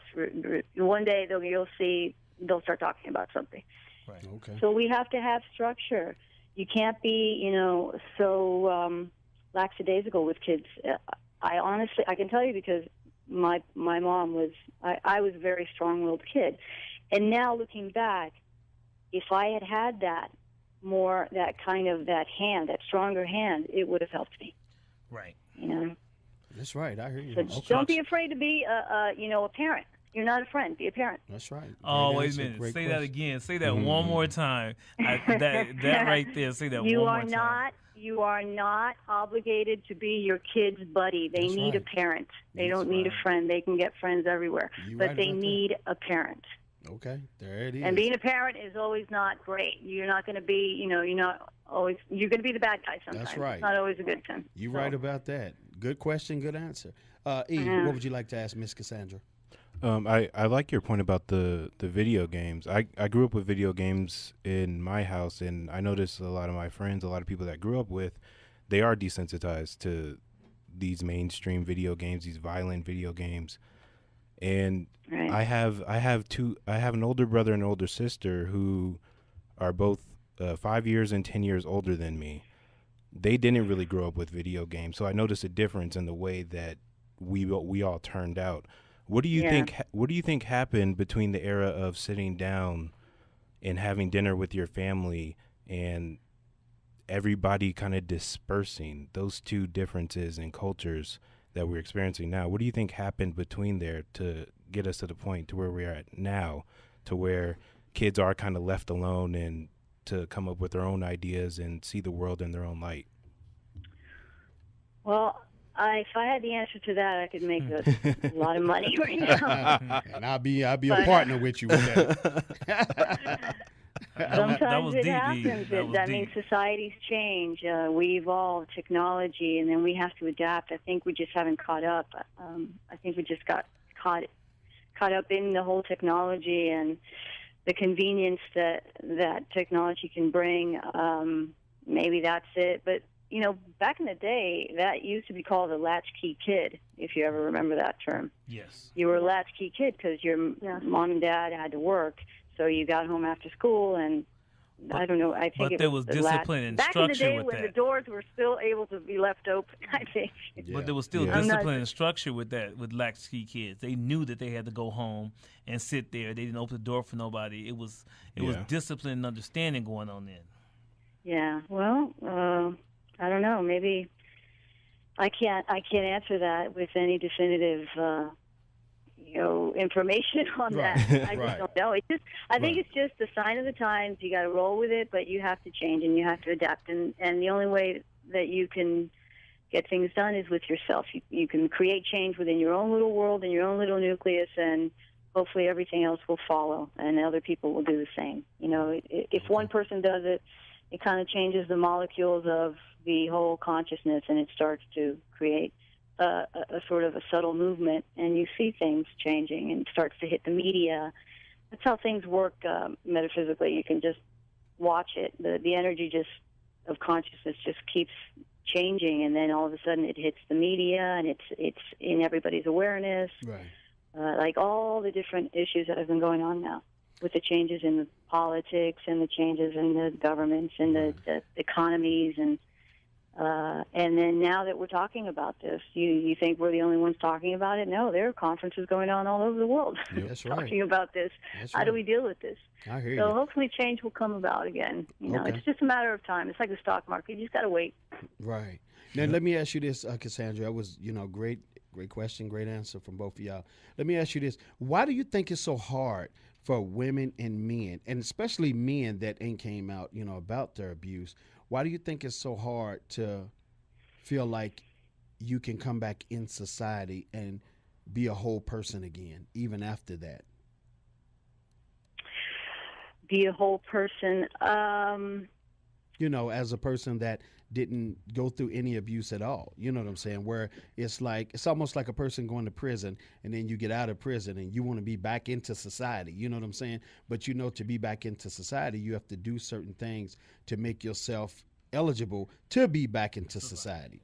You get what I'm saying? So why do you think it's so hard for some people to shake that past abuse and say, hey, I'm not going to be the victim no more. I need to move on with my life? Well, I can talk about my possible, hypotheses on why they would feel that way, of course, because you're shaped by your experiences. And if it's been happening for years and years with them, and if they've seen it in their family or within their caretakers, then it's something that's going to be imprinted. It's kind of a blueprint. And it starts to really affect your self-esteem and your psyche about yourself and your self-worth, and you start to compare.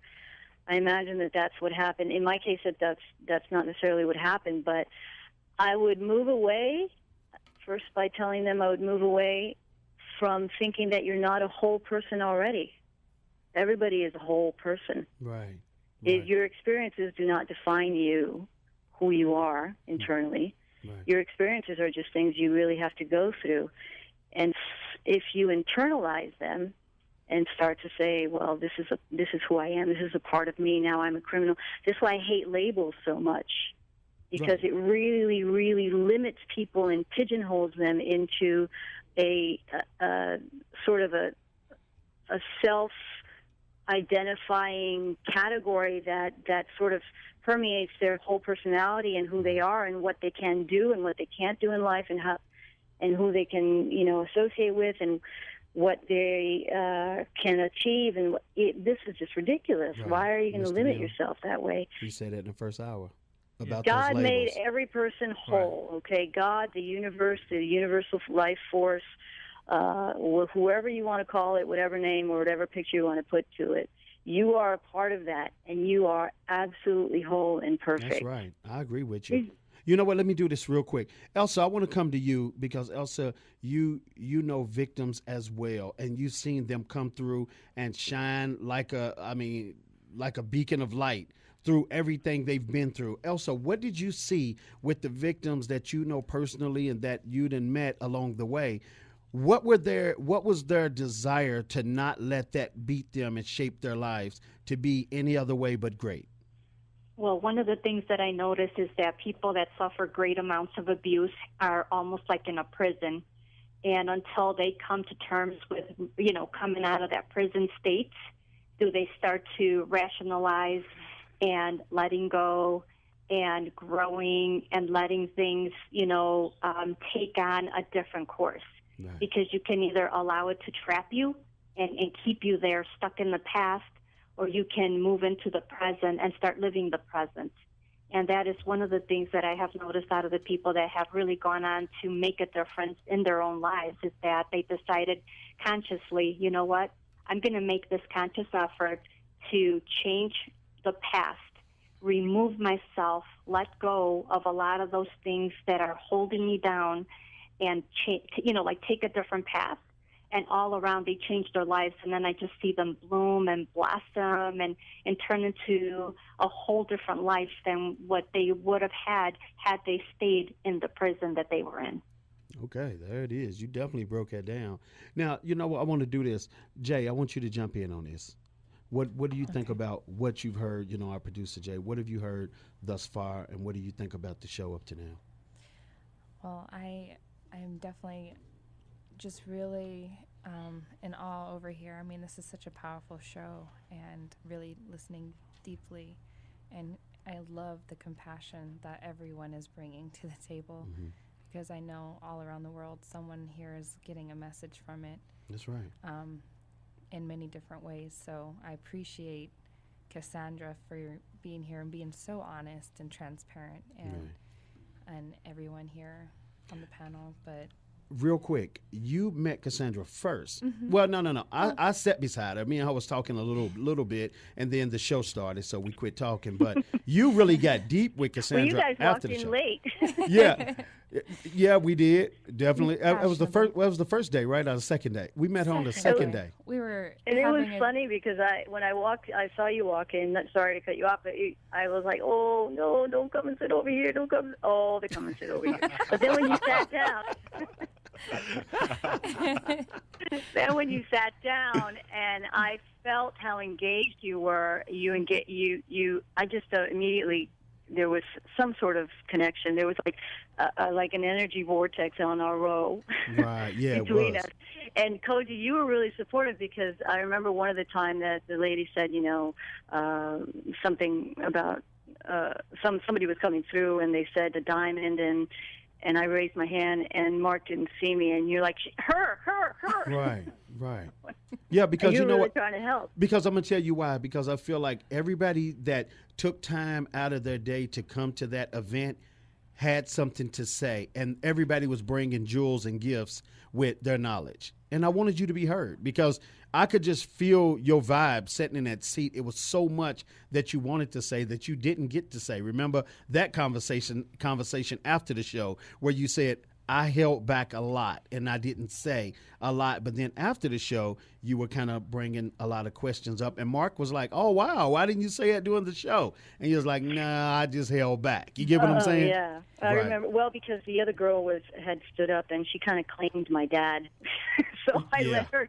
And anyone who doesn't know about this event, Mark Anthony, he's going to be on our show next week. Oh, yeah. In the last hour, but he's a psychic medium, so he reads energies that come through. And whether you believe it or not, you should definitely tune in because It's it's gonna blow you away. amazing. Yeah, definitely. And he's very compassionate and with his information, not like a lot of these people we see on TV. Right. Yeah. But, Yeah, and I really believe that our meeting there was, I don't really believe in coincidences. And I know that my dad had because he showed up, and I, like I said before, the audience would know this, but I do a lot of metaphysical practices and a lot of different metaphysical events. And what a gallery reading is when a medium comes through, or loved ones can come through a medium, and we're all vibrational energy channels, whether you are familiar with that or not. But anytime that you go, I never get anybody come through from my side or for me, So, Right. But because it happened, and it happened to be my dad, I really believe that he had a very big hand in orchestrating this, because it's about time that I started to teach from my experiences, and I've always talked about it, and my most intimate friends are the only ones that are aware, but they know that the powerful information that I give them would really help a lot of people. And so I think he did a lot of orchestrating and had me chat with you guys after the show. Yeah, and it was great. I mean, it brought this union that we have right now, and we all are able to come together and teach the world and try to heal the world, as one team. You know what I'm saying? I don't feel like you're a guest on the show. I feel like you're a family member. Anybody that comes and be a part of this show, that's what families do. We all come together to make sure each other is all right. But this world is so sad that we're all, split up, and we put in categories, and we put over here, to the right, to the left, and we can't just be, Horrible. Right. And it's terrible. And it's like so many people fall victim to this because they feel like once they got that category put on them, they can't come over and be in any other category. So that's why on this show, there's no categories. There's no categories at all. It's all about love, knowledge, and moving forward and trying to help somebody to be the best them. And, we talk personally, Bernie Mac, on the phone all the time about self-improvement, within me and him. It got to start with us first, because number one, if we helping people, and Elsa, you a part of it, we do that as well. Me and Jay, right. Me, E, Shay, we all do that. And even with you, Cassandra, when we always talking about how to shape and fix ourselves to be better. So I think long as we can keep those kind of communications going, because a lot of times people sit down and they talk about nonsense. But I think when we sit down and we talk about what we're talking about now, not only do we spark the minds of others, but we get to hear others speak out on things that touch their heart, on things that make them feel the way they feel, but also that we all can agree to disagree. But at the end of the day, we know we all need help. Yes. The end of the day, point blank, we all need some kind of help, whether if it's therapy, whether if it's just somebody to talk to, whether if it's like, me, Elsa, all of us, Bernie Mac, the way we all reach out to each other and we say, hey, if I'm going through it, I'll text Elsa all in Chicago and say, hey, it's a rough one for me today. Hey, shoot me a prayer. Hey, I'm having it rough. We all do that with each other. Or I'll tell her. Right, because one thing I can say, when you don't have no pride and you tell certain people that you hurt, everybody's not praying for your downfall. I don't believe that. I truly don't believe it. It's some people that'll step in and say, hey, just tell me what the problem is. If I can fix it, it's one phone call away. Or you know what? I say this to people all the time. I have favors that I haven't even called in from other friends. But if I can use that favor and help you get your life in order, I'm going to pass that favor from me to you to help you have a better life. But the thing about it is, a lot of people are shut off. They don't know who to talk to, or they have talked to the wrong people. That's right, Mr. Neal. They done talked to the wrong people, and they done been just devastated by what the outcome was, and they thought they was going to get help. They got talked about or got done wrong, and nothing came from it. Well, that's because, like we said before, you have 5 good people in your corner. Yeah. 5 at the most in your corner. You can't tell your business to everybody because everybody can't handle your success. That's right. And then when you start talking to people about your failures, some people are wallowing in the actual, downfall of your kingdom. Yeah, you're right. So when you find those diamond in the rough, those people who are saying, I got your back, those are the people you keep with you 100% all the time. Right. Other than that, everybody else can fall by the wayside until you can get to where you need to go. Because Right. everybody else is not helping you put the wheel back on the car to put you back on the road. Right. And then on top of that, some people need to fade away. Some people need to be gone, stay gone. You know what I'm saying? Because number one, if you were always a problem and you were never a solution, Yes. you didn't bring nothing to the table. So it right. don't matter.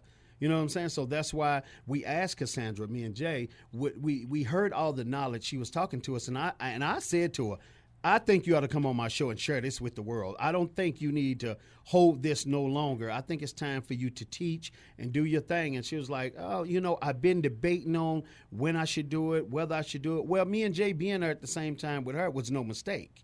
You get what I'm saying? And if I had the vehicle to open the door for Cassandra to come on and teach, I think that's a beautiful thing. So what we great to do, everybody, we're going into our third hour. Cassandra, I want to thank you for being on the show with us today. Now, in this third and final hour, Cassandra is going to tell us a story about abuse, what she went through in the past, which, like she said, she don't want to hover over the word, victim. She's not a victim. She's a past victim. Now, see, that's the key word, Elsa. Am I right or wrong? That's what we want right. to teach on this show. To be past victims, move forward, where you can look back in your rearview mirror and say, I used to be that. I'm not no more. But I can tell you what I went through. I can tell you how I overcame it. I can direct you to certain books. I can direct you to different people that have sessions, chat sections, sessions where they talk about it. A lot of different stuff like that. That's why this show is so powerful and it's so needed. The love that we have on this show, it's not fake. It's real.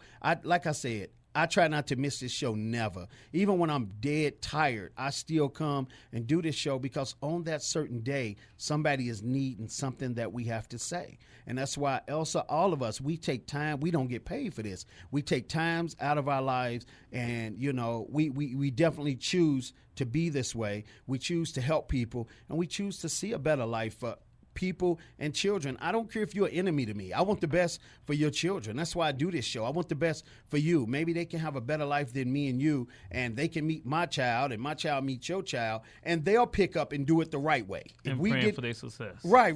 If we did it the wrong way, maybe we teaching our children when they meet up, they'll do it the right way in friendship or whatever they might have, to make it work. So I want y'all to stay locked in and stay tuned in. And Cassandra, we got a great hour coming up. You ready for it?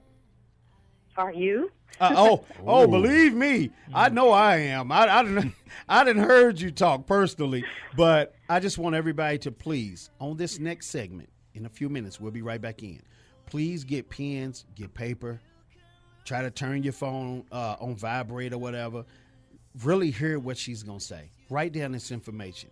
And what we want you to do when you write down this information, go to work and talk about it. Pass your notes to your friends. Put on Facebook what you heard today. Put on Facebook where you can go to learn these different places to get help and to heal and to overcome. We gonna make sure you have all that information you need. So, Elsa, you ready for this next hour? I am so ready. Anything you want to say real quick? Real quick. I am waiting for Cassandra to tell us what is coming on. Okay, there it is. So everybody stay locked in and stay tuned in. It's the Hands Off Our Children radio show. I'm your host, Cogee, with my super friends, as y'all can see now, my super friends. And we got a lot more that'll be coming on the show too soon. Stay locked in, stay tuned in, and we're here to do the work of the people, and we'll be right back.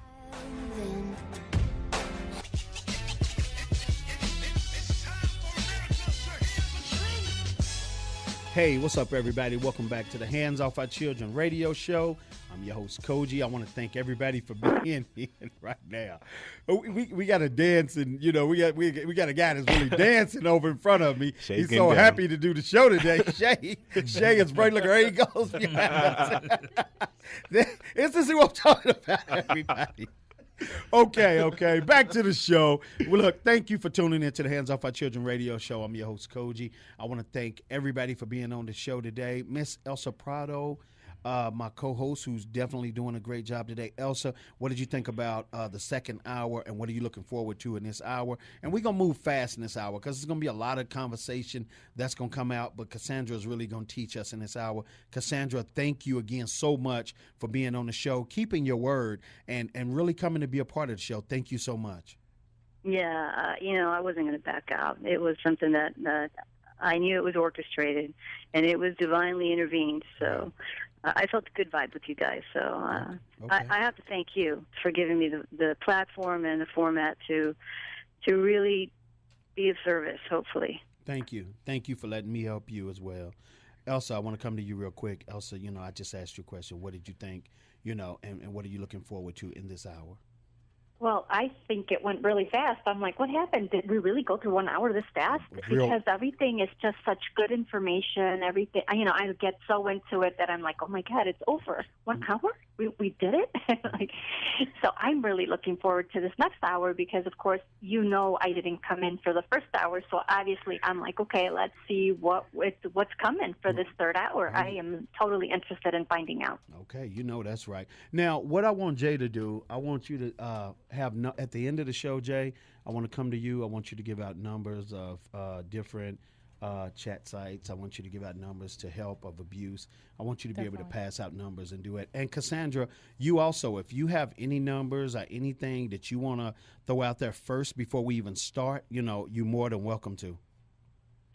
Well, I didn't have time actually to gather any actual resources, but I'd be more than happy to send them to Jay afterwards. I'll do some scoping around the internet, and also you could just punch in Google stuff that I talk about. Just Google phrases and Google different symptomology or anything that you think. It's all there. You just do your research, and everybody will be led to the right areas. Okay, and when you send that to Jay, we'll put it on the website and make sure that people have it. I appreciate that. And we do have on handsoffourchildren.org, we do have resources on there as well. Right. Okay. So people can go there immediately right now. But I'll definitely be able to post that on Facebook. And, All right. Now, let me go to Mr. Neal real quick. I want to ask you a question. You being a teacher and you working in the school system as well as Elsa working in the court system, real fast, what don't we understand as the people watching the news? What don't we understand as the people sometimes that are in this whole situation with the children, and we think something's wrong with them, but they're fighting through something? I'm going to ask you real quick as a teacher. Well, what we don't understand is that there's two different people we're talking to. We're fighting a battle with dealing with the true person that we see in front of us, and then we're dealing with the shadow of the person that's behind them. Right, okay. So that shadow, when they turn around, they meet that shadow and they have to deal with it, whether it's hunger, whether it's abuse, whether it's whatever, in that classroom setting when they leave. See, when I tell the kids, when they come into school, I say, listen, leave your problems outside the gate. Leave them outside the school. Pick them up on your way home, but while you're in the school, you have that release, get yourself together, have a rejuvenation of an understanding, and get lost into where you are. So when you come out of that where you are and get back to reality, then you're able to move forward. The problem is that we are so shorthanded on good teachers that we can't find the ones that can see past where the students are. I can sum up a kid when he walks through the door, and I can tell you in a minute what their problem is. All they have to do is start talking, not even start talking, but their body language.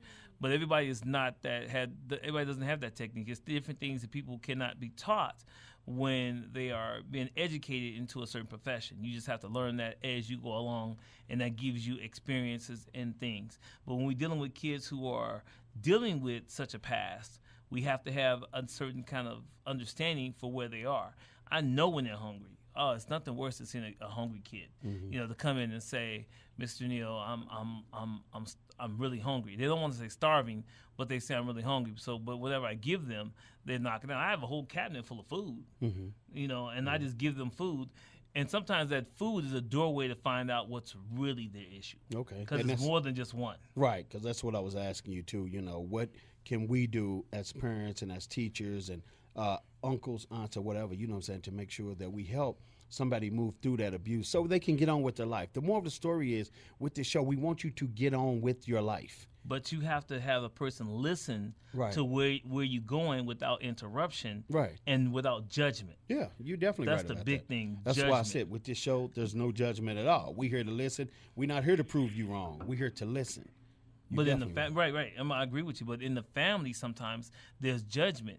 And that's why a lot of people can't have that real effective communication, because they feel that they're getting judged by what they talk about.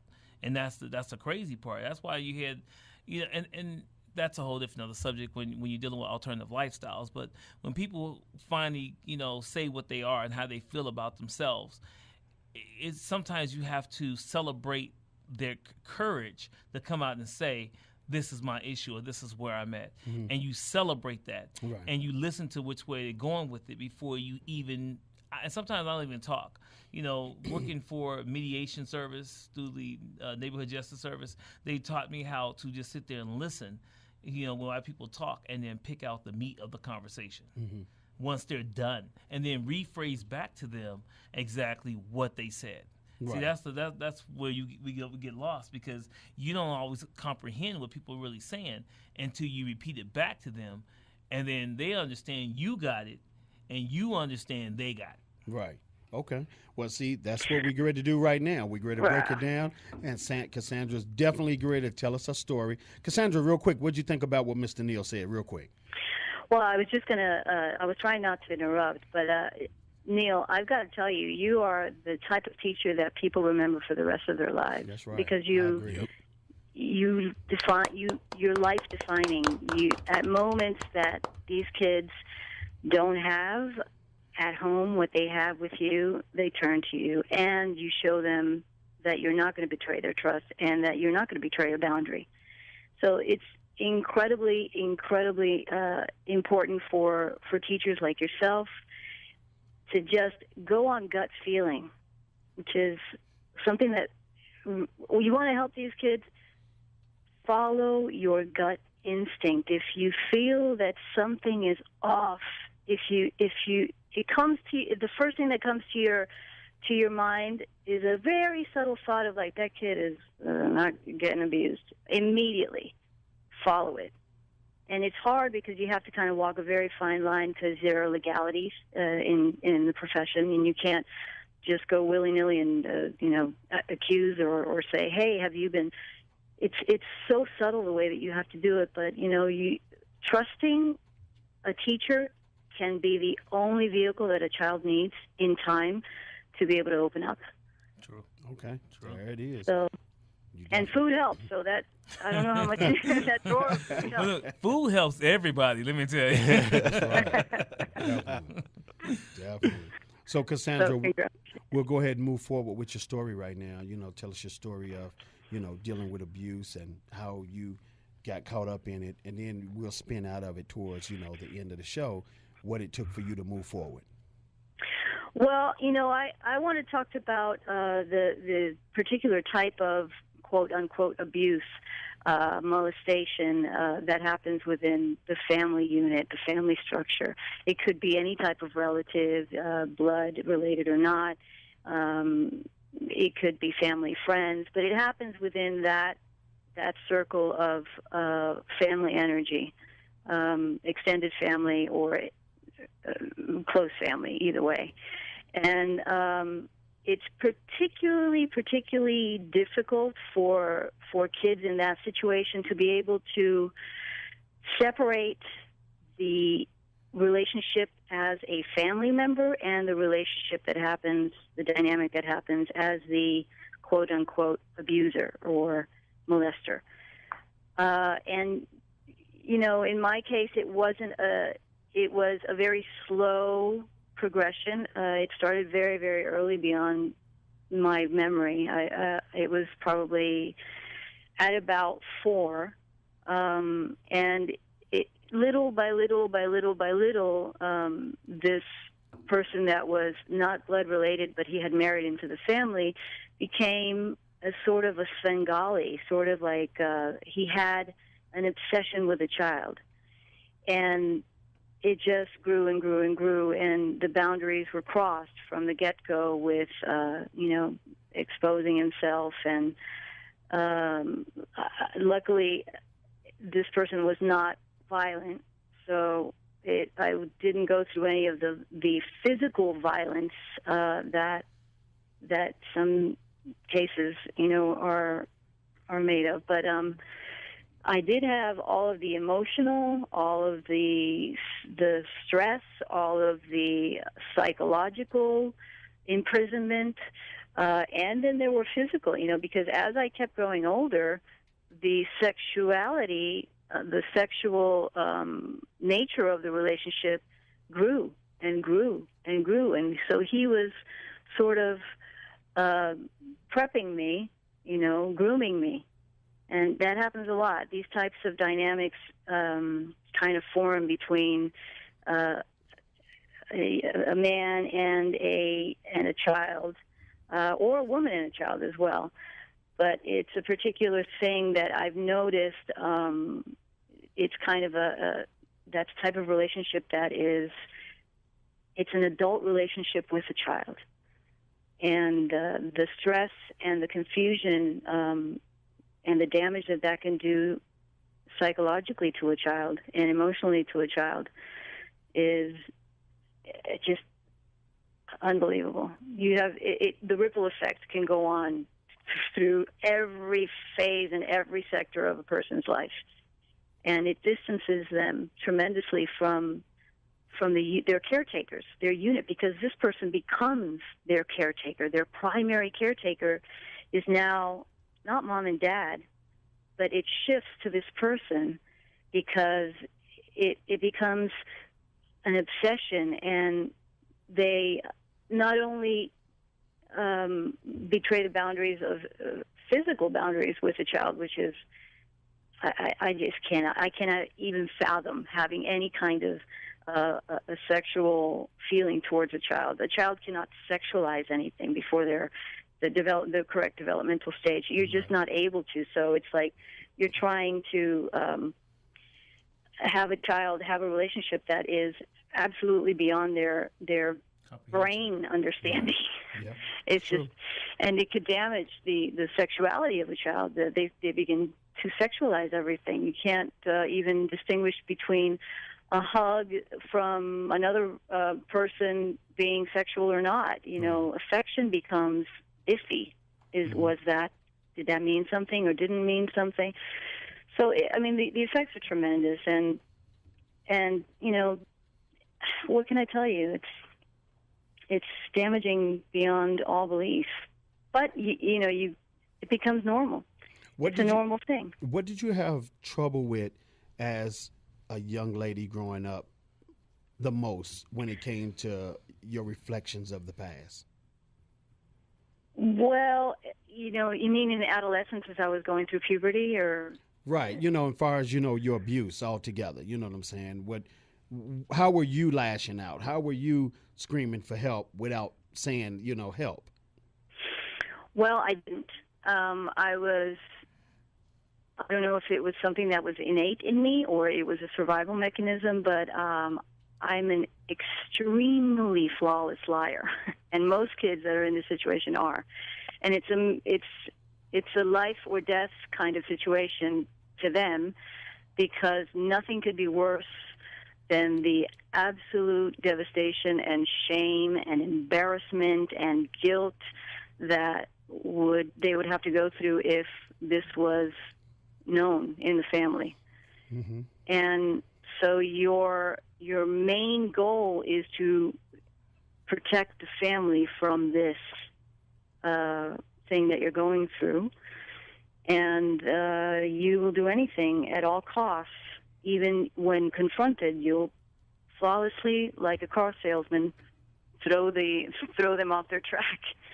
And it's just a life or death mechanism that you guys that everybody develops. I think kids just are great liars when they need to be. Mm-hmm. And I had a lot of trouble with even to like recent past years. I had a lot of trouble with physical affection in terms of not necessarily maybe confusing it, or if there was, I couldn't even put my finger on it for a long time, but there was confusion and there was a little discomfort with physical affection. And also, I think that my own femininity and my own sexual power as a woman, because women really have a power that is a feminine power, mm-hmm. and it's a sensual power. So my own type of expression of my womanhood and my femininity, I suppressed a lot. So then the clothes I wore wouldn't be overt, not very big heels. Of course, I grew up in a very, Hispanic Catholic family, so I don't know how much that was part of it, but I was very modest, and I was very careful not to entice. Right. The opposite sex, especially older men. I never really had so much of an issue with my peers, my peers, but older men.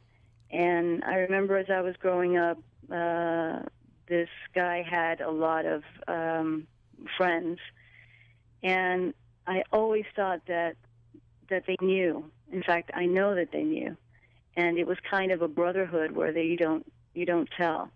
And it's kind of that thing that they do in the Army where, they keep each other's secrets and stuff.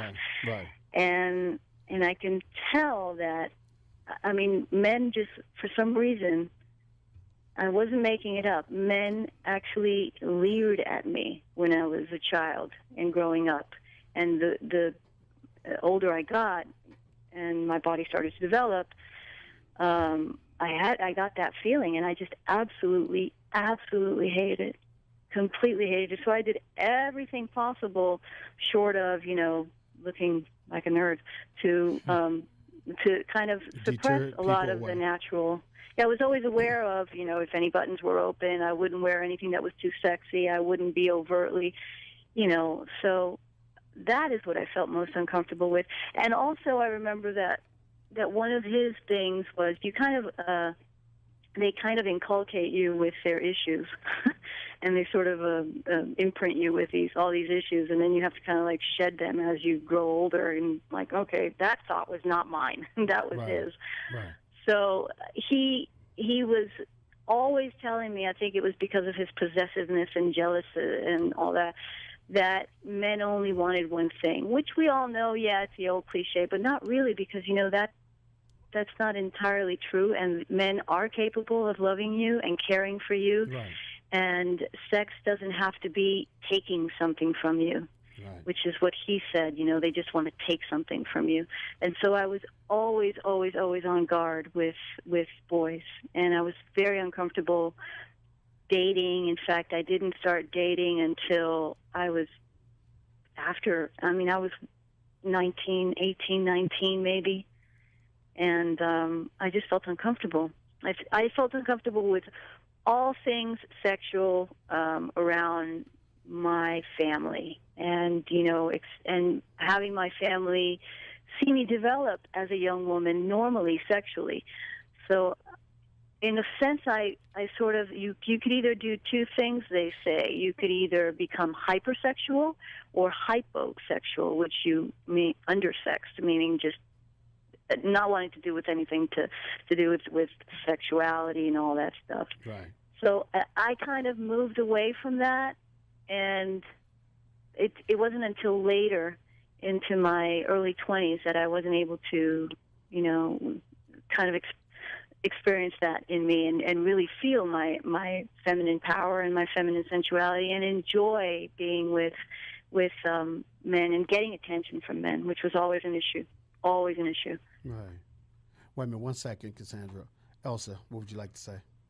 I wanted to ask you, Cassandra, so what was your view of love in a situation like you had? What did love represent to you? How did you view it? Good question. Back then or now? Yes. As you were going through this, obviously, your situation put you in a whole different perspective. What did love mean to you? Well, I was always shown love. I had an incredibly loving family. They weren't all that physically affectionate, expressive, but they're a Hispanic family, so there's a lot of emotional expression, and I always felt cared for, taken care of. My parents and both sides of my family did an excellent job. From this person, I felt that I was overloved. I felt that I was suffocated. I felt that he completely unbeknownst to him, really, he's just, and to this day, he's clueless about how much damage he did, how much separating from my family he did. I needed to distance myself to create that distance so that there wouldn't be the suspicions, which, by the way, there were. And that's why I say there were so many opportunities that, especially my grandmother and my dad, rest their souls, they're up there now, they knew in the back of their mind, and my dad was almost vocal about it one time. In fact, he actually was, and it was when I was in my adolescence already, and I called it off. I said no more. I was the one that took control, and before I was just turning 14, I said no more. This is it. You're going to have to get used to it.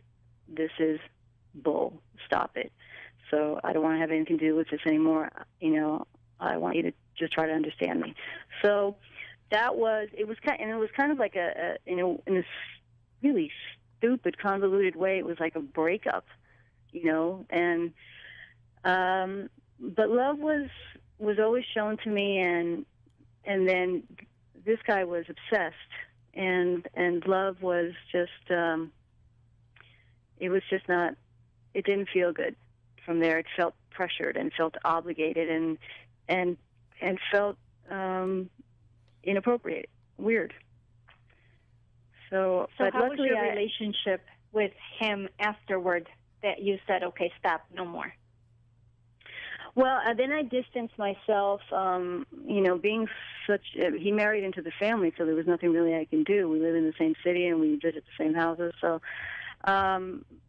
I was old enough to just kind of start my puberty stage and kind of go into my peer group and into my own things, and I distanced myself from him, and it continued to grow. That distance, luckily, continued to grow through my teen years, and it helped me because there's a kind of amnesia that happens.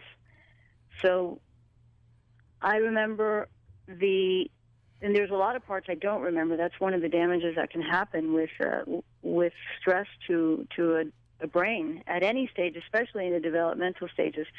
You have periods of just like total. I don't remember. It's like you blank out, and that's part of the hippocampus area where you're being affected by all the stress hormones like cortisol, etc. So it was like my life then and my life now, and it was like I could breathe, and I really, really just the anxiety and the stomach aches and the headaches and the depression got better. I was able to engage in school more, and he luckily was not, some of the psychotic people that are out there.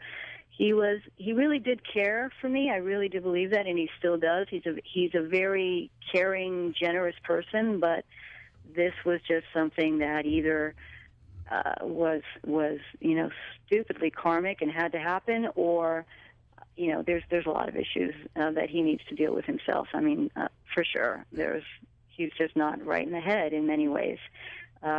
So luckily I was able to distance myself, and later on in life, I was able to sort of have a chat with him about it on a few occasions. And like I said, at first he was very clueless about, the damage that he thought it was great. He thought he was, a teacher, and he thought he was grooming me, and he thought he was helping me and mentoring and all this stuff, and he's loving me. He really, really, really honestly thought he was actually loving me, and that he had every right to have this type of relationship with a child and growing up, and like you never said no, and ridiculous things like that. That this is the mind of a child molester, how they justify in their mind. How old were all you? Things. How old? I'm sorry. How old were you, and how old was he? Well, he was. I was in my. I guess I was in my 30s, maybe in my early 30s or in my late 20s. And he's about 39, 40 years older than me. So. Oh, okay. Yeah. Yeah, he's in his early 80s now, I guess. So you saying this was the second time, right? Abuse. The second time of what? Of your abuse? Of my abuse? No, it was throughout the whole 11-year period. Oh, okay. Yeah, Okay, right. This was throughout the whole 11-year period. This whole tango went on the whole 11-year period from 4 till I stopped it myself at 14. Mm-hmm. So it was, after school, getting away during, family gatherings, during the weekends, going off to do errands and taking me to a hotel and all that kind of ridiculous, unbelievable stuff. As I look back on it now, I have to warn everybody, if someone in the family seems to be bonding with a kid way too much, Right. it's like way too much, and they're not their dad. They've got no real reason to be doing that. I'm like, question that. Question it. Right. Question it. Flags, red flags. That's right. And you know Red what? flag. That's why we say even with hands off our children, we don't allow nobody to be alone with the child. No, with hands off our children, you have to be with somebody. It's got to be two people with that child out in the opening and not just behind closed doors without a parent or anything. But no one person is just with a child. That's something that we don't do here. You mean at the organization or with kids that have been abused or in general? No. With the organization in general. We don't do that where it's just one person with the child. We always want somebody, a second person, to be there. You get what I'm saying? So won't nothing happen, and we not going to let nothing happen, but nobody can be accused of something because, children do lie too if they already been through abuse and they can't get their way. We done seen that too. You know that to be true, right, Cassandra? Children will do anything to protect that secret, Right. because of the consequences that they feel will happen. And a lot of kids, I didn't go through this, but a lot of kids are threatened. So with their family, being the point of threat. So they will do anything to protect the security and the sanctity of the family structure, that family system. A child needs to feel secure that their family is not going to fall apart. Because if their family falls apart, then that's end of life for them. It's like, oh my God. That's why divorce is many times so difficult for kids. In my case, divorce would have been great because, I was having kind of World War III in my house, and, I was seeing my mom get verbally and emotionally abused as well. But that's no excuse for, Right. saying, you know what I mean? The kids will do anything. They will lie. And like I said, they are extremely good liars. And to this day, I can lie my way out of anything flawlessly. Right. So. But see, what I'm saying is, even with the children that we help, and, Mr. Neal, he kind of brought this to my attention, too, when he said, hurt people hurt people. And when the children can't get their way with whatever we're trying to help them with our organization, we don't want no child to lie on any of us. So we don't put nobody in no position to be lied on because everything is out in the open and it's always two people. You get what I'm trying to say? And we always say, I want parents to be there 24/7 because that's what we're trying to teach. We want the parents to always be a big part of the child's life through any meeting, anything. A parent always should be present. A child should never have a meeting without a parent. A child should never, ever have a meeting without that parent there. And even let me just piggyback off that. Even it's called accountability. So even when I have a meeting with a kid, then I usually have the door open. Right. Or I notify the teacher next door to me, or someone that can account for my actions. Yeah. Because I don't ever want to put myself in a position where I'm helping you, but you are plotting something else. Right. So I mean, and I've seen that happen to different educators who was out there literally listening to what the kids had to say, and then just because they didn't get an A or a certain grade or a certain position, then they prefabricated something that had totally nothing to do with the person that was trying to help them. So you have to be a little bit smarter in the situation and keep a door open, let somebody know what's going on. right. You know, text message somebody, say, hey, I'm in. Like I told a teacher this next semester, listen, every once in a while, come in the room. Take a look and see if it's more than just me and another student in there. If it's just me and another student, then understand exactly what's going on, because you never want to put yourself in a situation where you have to not lie out of the situation, but you have to give an account to your actions, because sometimes the Something don't system look listens right. to the kids Right. more than they listen to That's the right. adult. That's right. As a professional in the child education or child care, field, definitely. But, within the family, it's a different story. So you're going to have your kid be alone with a lot of family members, and the thought will absolutely never cross your mind. But of course. effective communication. Right. That's what Right, we talk That's about. what, and that's what we push in here Right. today is effective Right. communication. Yeah, but Educate. guys, I understand your point. I was going to say, you got to educate your kids to report. I mean, even when they're young, because you made a statement which I understand.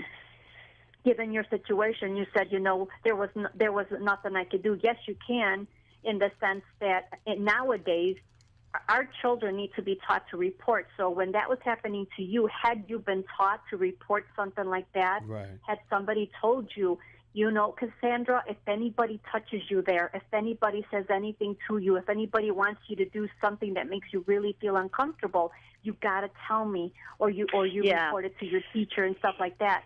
Yeah, And definitely. You know what I mean? That's what where I'm going. I with agree. I agree, Elsa. But you know that in Hispanic families, that sex is not really talked about, especially back in my day.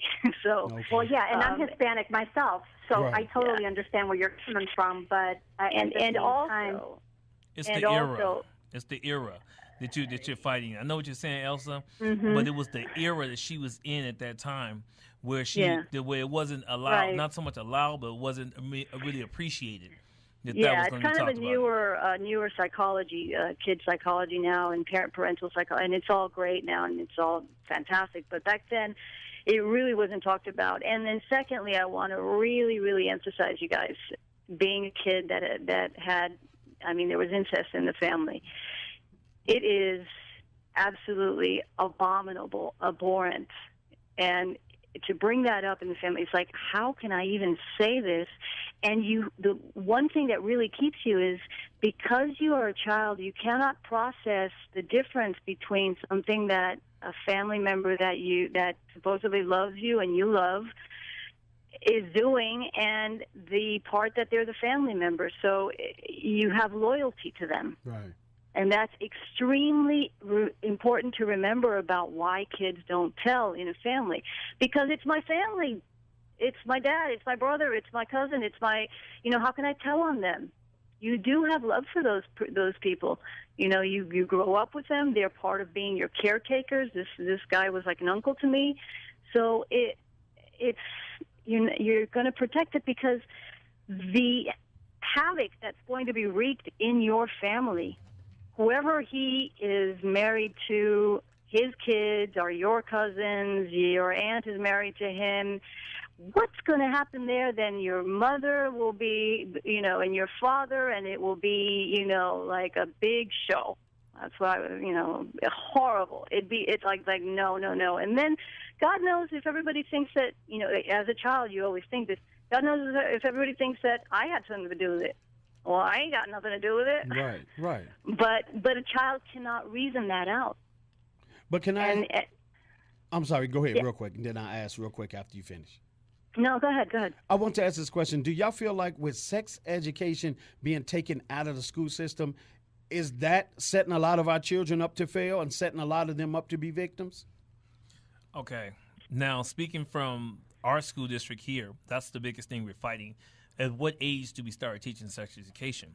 So it went into the school district that we're starting to teach it, or we're planning on starting to teach it as early as elementary. I agree. Now, I agree with that to a certain degree. You can teach about what's going on with the body. You can teach about what's inappropriate. But going into a sexual graphic understanding, they're not ready for that. No. But to teach an orientation of what is appropriate and what is not appropriate. The no areas. Right. I agree with that. Yeah, Right. yeah. At a basic level, for the developmental stage, a little mind is not ready to understand. They cannot process things that are beyond their age. Right. They just can't understand it. That's why it's so important for kids not to see sexual content, because it's the same thing. It will kind of distort their future view of what's going on.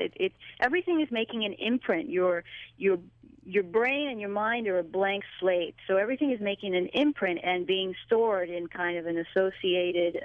It's like, okay, a library. So now you associate this sex with what was shown to you in those, horrible pornographic things by your second cousin back when you were 5, and so you've got to be very careful because they cannot distinguish things. No, but what you can do too is, because the way you teach your child is a lot different from the way someone else teaches theirs. So the conversation is going to come back, especially in elementary school. Well, little Johnny said X, Y, and Z. You have to hold that conversation with your child and say, listen, that is something that Johnny wasn't supposed to watch or see. So when we're dealing with video games, we're dealing with different sporting events, we're dealing with different things. At some point, we as adults have to pay attention to what our children are watching and pay attention to our children, because they're seeing and taking that right back and using that distorted picture as reality. And That's what I'm saying. And we have to, and I just can't express it more, have to have that effective communication with our child to have them to understand that, listen, that's not appropriate and that's not right. So they can bring that conversation back to you, but that has to start early. Exactly. No, I agree. Absolutely. But, make sure that you can talk to them in a way. And there's only a certain amount that they're going to be able to understand anyway. And then it's kind of like you have their attention for a little while and then they're off. It's very short time that they can process things. And they're, okay, that's okay. I got it, Mommy. Yeah, sure. So, but, in a healthy way, I agree, for sure. You have to teach children about sexuality and sex as being a part of life, but make sure that we do it at the correct amount and in the correct way. Right. Let me ask you this real quick, Sandra. We're down to just 10 minutes in the show. What do you do now? What do you do? I don't want you to take the whole 10 minutes, but what do you do now to balance out, your life, your lifestyle, your mental? What do you do to keep yourself sane in your day to day? I was going to ask you the same question. Everybody has to do something. Right. Well, I don't really liken everything and associate everything to my past childhood experiences.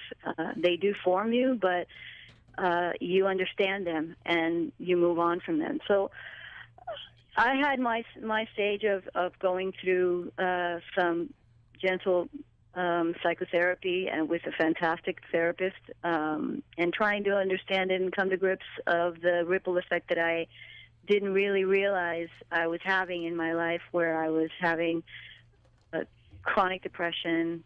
And I was diagnosed with ADD later in life.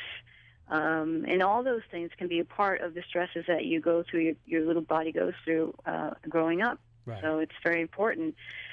And now I make a lot of effort to just zen out, and I just look for peace in my life, and anything that is non-resistant. If I don't feel resistance there, I move. If I feel resistance, try not to struggle with it. I still, it's a work in process, but I just detach myself from my experiences and know that the experiences were just catalysts for personal and spiritual growth and for who I am and my perspectives. And I don't define myself by an outside point of view or for what happened outside.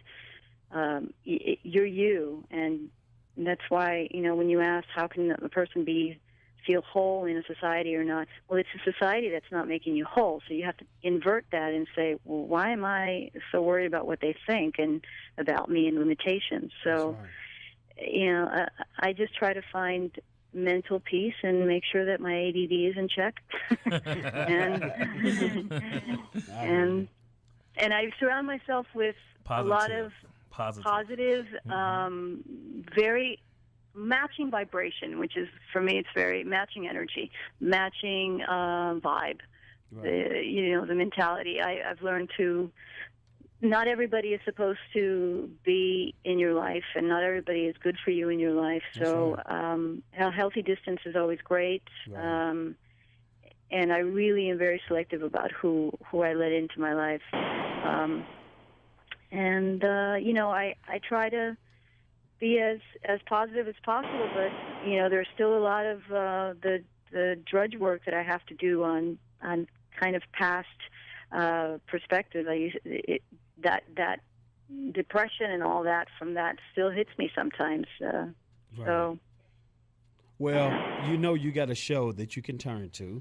Anytime we on every Wednesday, if you want to come on and be a part of the panel, even over the phone, you more than welcome. I want people to come on and lash out. You know what I'm saying? Just be able to speak on it and get it out of your system for 3 hours long. You know what I'm saying? And be a part of the panel, just like my whole team right here.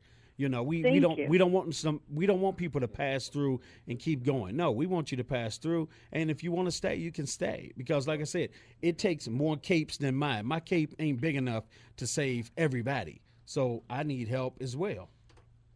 All right. Well, you know what? Just give me a ring whenever you want me. I'll pitch a tent for 3 hours with you. Well, anytime. Hey, you more than welcome. Every Wednesday we doing this. All you got to do is just hit Jay a day ahead of time and let her know. And like I said, me and Elsa, this is what we do. First and second hour, I'm the host, she's the co-host, and we make sure that we bring some powerful shows. But Alaman's just getting in. Alaman, let me bring you in real quick.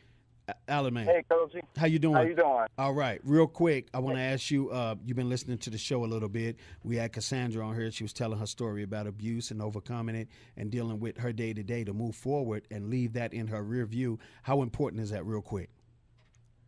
That's very important, because, if you don't leave it in the rear view, it'll have a big toll on your life, on your everyday life. Mm-hmm. So, you have to look past it and look at all the positive parts in your life. Right. And, that will help you to move past it.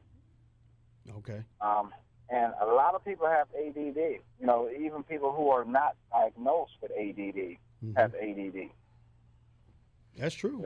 Yeah, that's a big link there. Your brain was affected, for sure. Yeah. I know a lot of people who they've never been diagnosed, but trust me, they have ADD. Right. Yeah, that's true. And I'm not saying that's a bad thing, because some people, they're in denial. Right. That's true. No. That's true. Well, ADD. There's brilliant people with ADD. It's just a different way of thinking, because your brain is wired in a different way. Right. But everybody, absolutely. But hold on, everybody. We down to 4 minutes, so we got to do this real quick. What was you gonna say, Alaman? Real quick. I was gonna say I have ADD too, because I have a different way of thinking a lot of times. That's all of us. That's right. But what? Hold on one second. What I want to say is, Cassandra, I definitely want to thank you for being on the show today. And like I told you, you definitely a part of the family now. You're more than welcome to come on with us, every Wednesday. And you can be over the phone all the way from L.A., where you are. And that's what it's about. All of us reaching each other from everywhere around the world, coming together to try to help pull these children out of this whole situation, what they're going through right now. Like I said, once again, my cape ain't big enough. Elsa's cape ain't big enough. Elsa, you can explain it more than me. Real quick, we down to 4 minutes. Got to do it fast. I just want to thank you, Cassandra, for sharing your story with us, because feel proud of yourself for sharing, because it takes a lot of courage to do that, and you are helping a lot of people as they listen to your story. That's right, and we're so thankful that you came on. Thank you, guys. Eve, real quick, we're going to go around the board real quick. Words of encouragement. Share your story, just like Cassandra did. I mean, the more you talk about it, the more help you get. Okay, there it is. Mr. Neal, a.k.a. Bernie Mac. It's always great. Like I said before, effective communication, understanding, talk to your child, because you never know exactly what your kid is going to tell you, and it's going to blow your mind, or it may just be something real subtle, but either way, get back to the family values, sit down, have that dinner, have that communication, Okay. and just always whispering in their ear. Okay, there it is. Mm-hmm. Alan, You man. guys, you do great work, and I'm just honored to be on the table with you guys. Oh, thank you. Hold on one second. Alan, man, real quick. And no matter if you have ADD or DDA, we love you the same. Elsa, real quick. I'm sorry, me? Yeah. Did I okay. already go to you? And of course, please report. Please do not wait, and don't ever feel like you can't report. I just want to tell all our listeners, me being in the courtroom, I hear that way too much. Please do report. Please tell somebody, anybody, but please tell somebody that what you're going through, because no one should have to be in that prison. Okay. There it is. Thank you. Real quick. Cassandra, real fast. Your words of encouragement to our listeners, real quick. Well, you're not alone, and I'm sure you've heard this a lot, but just go through your journey. You have to do what your intuition is about the situation. And, for people who are adults already, that little window that I was talking about is you really have to weigh whether it's going to be more damaging at this point to blow the lid, or do you really kind of go through your own process and grow from it. And that's what I've chosen to do. I don't think I need to blow the lid on anybody. And forgiveness is the greatest love you can show yourself, really. There it is. Thank you. And once again, I want to thank you for being on the show today. You've been a great guest. You're a family member now. Like I said, you'll be coming through the show, and you'll get to finish helping us to heal the world. That's what we're trying to do. To my listeners all around the world, to all my Cogee fans, the people that write me, let me know that y'all do appreciate me and my team and what we do, but we appreciate you guys too and the support that y'all give us. And, to all the moms around the world, we want you to know we definitely got your back. Single dads, we got your back. To all the kids out there, always know y'all can turn to us. You can contact us, and let us know your story. And we'll definitely bring you on and get you in. But, to my team, y'all know I love y'all. My love runs deep. And to everybody around the world, tune in with us every Wednesday from 2 to 5 on VegasAllNetRadio.com. We got some big things that'll be coming out soon that we're going to be doing. That we're going to be doing with our radio show. I'm definitely going to come out there big. So much love to you guys. Like I said, my love runs deep. We're here every Wednesday from 2 to 5. I can't wait to talk to you all. God bless you, and we'll see you soon.